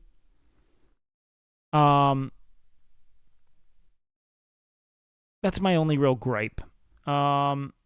I think that if I were more on par with them with viewers, I'd feel less that way, but I'm not right now, and I want to grind my own audience, and when I'm helpful to them, which is why you see me on so many people's streams, I never turn down an opportunity to help, you know what I mean? And leech all the viewers I can. That BG3 run was a hell of a time. Oh yeah, I had a ton of fun. Literally some of the most fun I've ever had with anyone. And I'll tell you what, the first day was bliss to me, because it was kind of my first time really hanging out with Will, and I just felt super loose, and I had a blast. And then I remember, like, day 2 being like, oh, shit. I don't know if anyone else gets this way. I'm being weirdly introspective, for what it's worth. But when I was a kid, or not even, like, I always found this. I was always fine with first impressions. What I hated was when I was like, oh, shit, that was awesome. How do I do that again? Why was it so natural and easy and fun that time? How do I do that again? How do I re-access that point of like looseness? Because now I have this expectation of, oh, be funny, be loose, you know? And I'm not always that. I'm very anxious, you know? It's part of why I had a difficult time with social engagement. Like, I was always pretty good at meeting people and getting along, but then I would always be like, oh, shit, now they're going to fucking dislike it. I should talk to a therapist about this stuff. It's part of why I avoid a lot of, like, big streaming events. I just decided I don't want to have that many eyes on me having to prove myself. You know what I mean?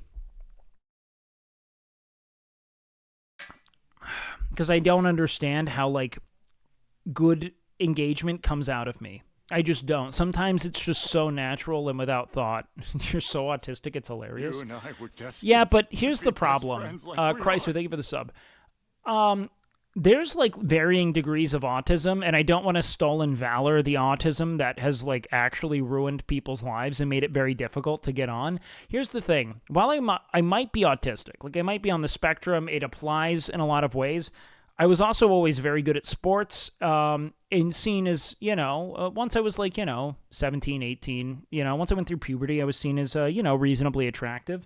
And so I still had relative social success because I was good at things that were socially valued. And so when I sit here and I talk about potentially being autistic because of the stress I feel socially, I don't think it's valid for me to be like, it's because I'm autistic, when, like, I could be, but the real issue is far beyond that to me. You know what I mean? Like, one of my best friends, he works as a specialist with kids who have autism, and it's like, imagine if I were only those autistic quirks, you know, and that, like, has dominated your entire understanding of me. You know, that's what, like, really debilitating autism is, you know? Yeah, you should see a therapist. I see some. But the first time I started seeing the therapist I see, he did ask me to watch a show about autism. And it kind of reminds me of the time Connor Eats Pants diagnosed me with autism at a party. Which he did. He did. In the most autistic way, too. I was in the middle of another... We were talking about completely unrelated things, and he just was like, have you ever looked into autism?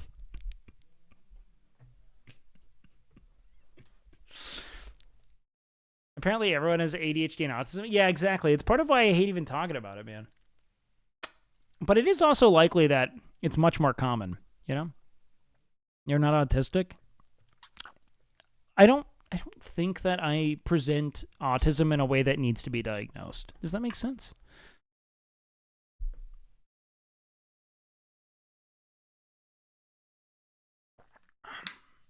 There's a reason why I'm not here saying I'm autistic. But there's also a reason why people who have autism...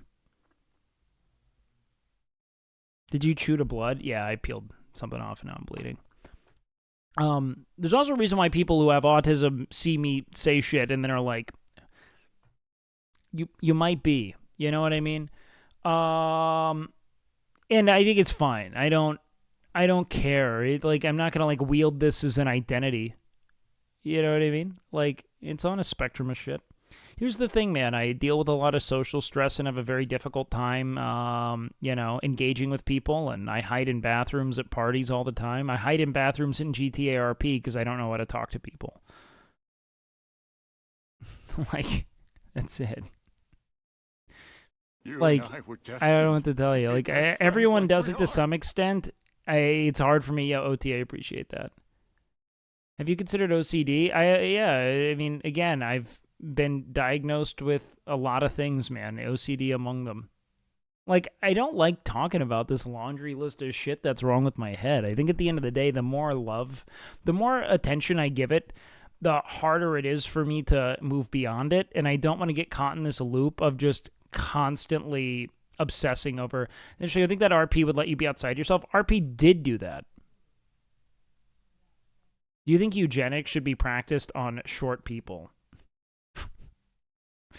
No, because being short is actually a legitimate benefit to everything other than, the appeasement of cultural imperatives. They live longer, they fit into things better. There's actually no disadvantage to being short. Outside of, like, playing basketball and, like, appeasing cultural narratives around it. You know what I mean?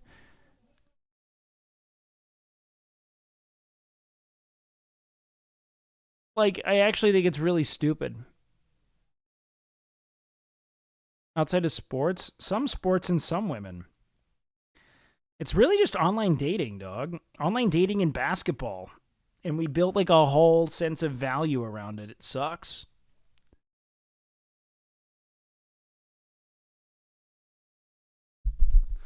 Eugenics already happening. Women like tall dudes.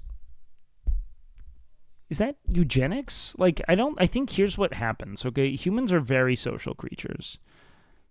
And we do everything we can to appease the collective and be seen as, let's call them like successes amongst our peers. Like, we want to feel like we're doing a good thing, you know what I mean? And there's a whole discourse to be had about how we arrive at certain hierarchy, but at the end of the day, man, people want to feel like they are doing the good thing. And for women who have been told their whole lives that the best way to be a woman is to fuck a man that the world has deemed valuable, with the more you are bludgeoned with narratives around how, tall, dark, and handsome, things like that, you should be dating this and that and this person. It's a bunch of men, by the way, creating marketing campaigns around how to, sell a power fantasy to male consumers. You know what I mean? And women were taking that in and building narratives around it. There's so much more to it. It's just not fair for us to sit here and be like Prince Charming, Gaston. Those are male power fantasies, dude. There's a reason why women are fucking femboys these days, man. Like, it's because we created a new sense of power around it. You know what I mean?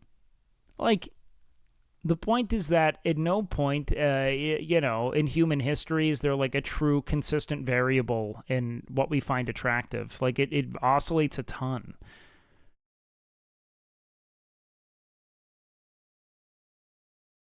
So don't sit there and think that, like, yeah, it would suck to be on the outside of what people are valuing, you know what I mean? But, like, it is arbitrary on some level, man. Tall women, short women, all attractive. Yeah, I kind of want to fuck everything, I mean, I'm attracted to Danny DeVito. Like, as a kid, I used to be really into short women because the idea of, like, a short woman was what was constantly said, like, and then as I stopped, like, I don't know, watching porn, grew up,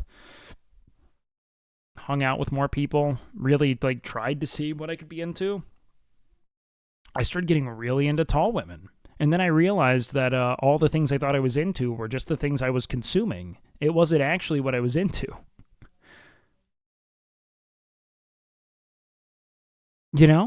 Like, it was just what was, like, I was on a loop. I was into everything. Like, I really was. I was into a lot of shit I didn't know I was into until I started to really explore it. You know what I mean? And you start creating this narrative around what you like based on very limited consumption. You know, here's the way I'd put it. Have you guys ever went and, like, a lot of you guys probably have this experience with, like, foods like sushi, mushrooms, where your entire life, because it wasn't familiar to you, you thought you didn't like it until you started indulging it. That's how a lot of preference is. You know what I mean? And I'd say that on the whole, a lot of these things that are now like limiting your life, the things that you've interpreted, the reason why you're having such a hard time with it is because you've convinced yourself that you shouldn't attempt to find like love or comfort or belonging because it's not possible for you because you don't have X, Y, or Z, or because dating apps told you that you weren't going to get any, points of belonging or fulfillment or whatever with women because women weren't swiping on you. You can't do it. You can't, just like dating apps are a prison. They're a trap. They're meant to make you feel like shit. They are. Like, you should go out of your way to engage with the world and meet people doing shit because you're going to find that as long as you can really start to shoot the shit, right, and really connect with people, you're going to have a very difficult time actually finding points of connection. The internet's just a fickle vehicle for it, especially online dating. You're right, Wake. I should have big titties in my face because I deserve it. Go for it. I actually use the apps to boost my confidence. Some people can. Look, if you're conventionally attractive, you'll do well on dating apps. That's how it works because you're operating on really limited vectors for attractiveness and for attachment. You don't have the ability to show people that they can feel attraction outside of these like hand-selected variables. Most people I know who are short or not conventionally attractive, who are happily in relationships, met people out in the world engaging in their hobbies and interests. You know what I mean? Your problem is that you're trying to essentially like you're trying to get like, your weird prog rock album on the top 40 radio station, if that makes sense. It's like, yeah, man, you might have to you might need to find people that actually like you. You know what I mean? And like what you're doing. What would you say, like, do you know what I mean? Like, that's just, it's not, you're not putting pop music out there, or you're shooting too high. Well, exactly why I'd say stop jerking your shit for a bit. Not like masturbating, but stop watching porn while you do it. I promise you, you're gonna find that you're attracted to a lot of things that you didn't, you're conditioning yourself to be into a really small selection of visual stimuli. If you find that you're not attracted to people generally, it's probably either you're ace, you have a hormone imbalance, or, it's porn related. It actually can be bad. It's like the closest to a manosphere take I'll ever give you, man. But I do think that I felt really tangible benefit and well-being. Some people don't have issues, right? But like when it came to like me not having, like being attracted to people more broadly, not watching porn helped a lot, I'm going to get laid, drop GTA, do something else. I hope WoW, if not do something. Looks like the whole Power World thing is actually going to be the biggest shit show in history. I wish I was a lawyer. Why are you going to drop GTA? Communication was my biggest flaw? Yeah, it's important to learn how to do that, yeah. What if you're attracted to everything? You won. Why would you not want to be? Bisexuality is the single greatest buff a human being could have. Imagine being into all humans. Conceptual, like not all of them are going to be it, but like doubling your prospective matches. Nothing better for a human being. If I could be bi, I would. If my dick could get hard for dudes, I would be so stoked. So stoked. Yeah, why not? Just can't. If I were into men, I would want to fuck them. I mean, like, that didn't make... I remember when I was a kid, I was terrified of being gay. Because the premise was that at the time, the term gay was still used to describe everything you disliked. You know what I mean? And the biggest fear was that you were gay. Gay panic was real. You know what I mean? And so I had this fear of like, oh God, if I'm that, then I'm a bad thing. You know what I mean? I'm bad. Like, you don't want to be this.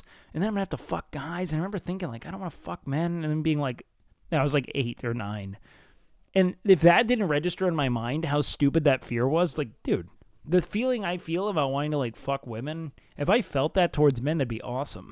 Like, that'd be awesome. I just doubled my prospects. You know what I mean? Maybe a little less then, because I think there are less women. I gotta pee real quick, guys. Give me a sec. Do you guys want to play Power World soon? Let's run a poll. What do? Sorry, I wish I was in a goofier mood, but here, let's run that real quick. I'm gonna put on a quick video for you while I run down and get a protein shake. The Manatee, Nature on PBS.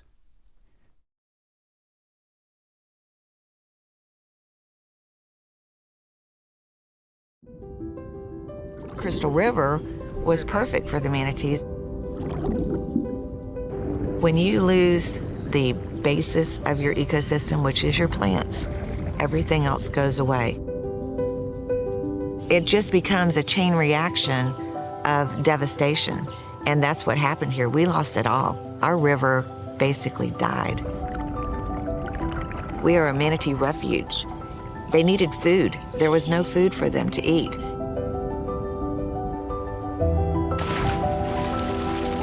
It's one of those situations, your house burns down. What do? You rebuild. You have to start from scratch. When streamer goes away, the rats come out to play. We wait all night and day to rat jam when I say beach, mouse, beach, mouse. Growing up in Crystal River was any child's dream. Mouse, beach, You mouse. could go out on the boat all day long, go fishing, Mouse, swimming in the beach, spring, mouse. and the water was crystal clear. You could Mouse, see fish beach, all around beach, you, mouse. big fish, and they would just swim by. And manatees could come up here. There was plenty of food, and they could bring their young. They would have their babies here, and they would spend the winter here in our springs. Our water's 72 degrees year round. It was just a great habitat for wildlife. Manatees, also known as sea cows, are herbivores that live in coastal rivers, bays, and estuaries. Florida manatees will travel as far north as Virginia or as far west as Texas in summer. But each winter, they return to Florida and its warm, spring-fed rivers and bays. 2/3 of the population now relies on the warm discharge waters from power plants. Manatees began taking refuge there over the past 30 years as urban development swallowed up spring-fed rivers and bays. There are still a few good natural springs remaining, and one of the best is Crystal River. But this manatee haven was almost lost. Back in the 70s, we had a lot of hydrilla, and that kind of filled the river. It caused a problem. It was an invasive freshwater plant. The hydrilla depleted oxygen levels in the water and outcompeted the native eelgrass, a staple of the manatee's diet. Then, in the 90s, things got a whole lot worse. The 1993, they called it Storm of the Century, or the no-name storm. We didn't know it was coming. And it blew in so much salt water from the Gulf of Mexico, it inundated all the waterfront homes. The storm surge pushed loads of salt water into Crystal River's freshwater system. It really affected the water, but nobody knew it at the time. We were so worried about people that we didn't know that so much hydrilla was dead and fell to the bottom of the river. That caused a problem because it started to rot. Eelgrass in the river fared better because it thrives in brackish water. But the rotting hydrilla suffocated the grass and triggered an explosion of an invasive algae called Lingbia. It turned into slime, and then it looked like the surface of the moon on the bottom. It was noxious to animals. It would give people rashes. Huge plumes of nasty algae destroyed the eelgrass. Manatees need to eat close to 10% of their body weight in eelgrass every day. up to 350 pounds of it. The disappearing eelgrass in Crystal River forced manatees to venture out into colder waters, where it's harder to find food, and where they risk dying from cold stress.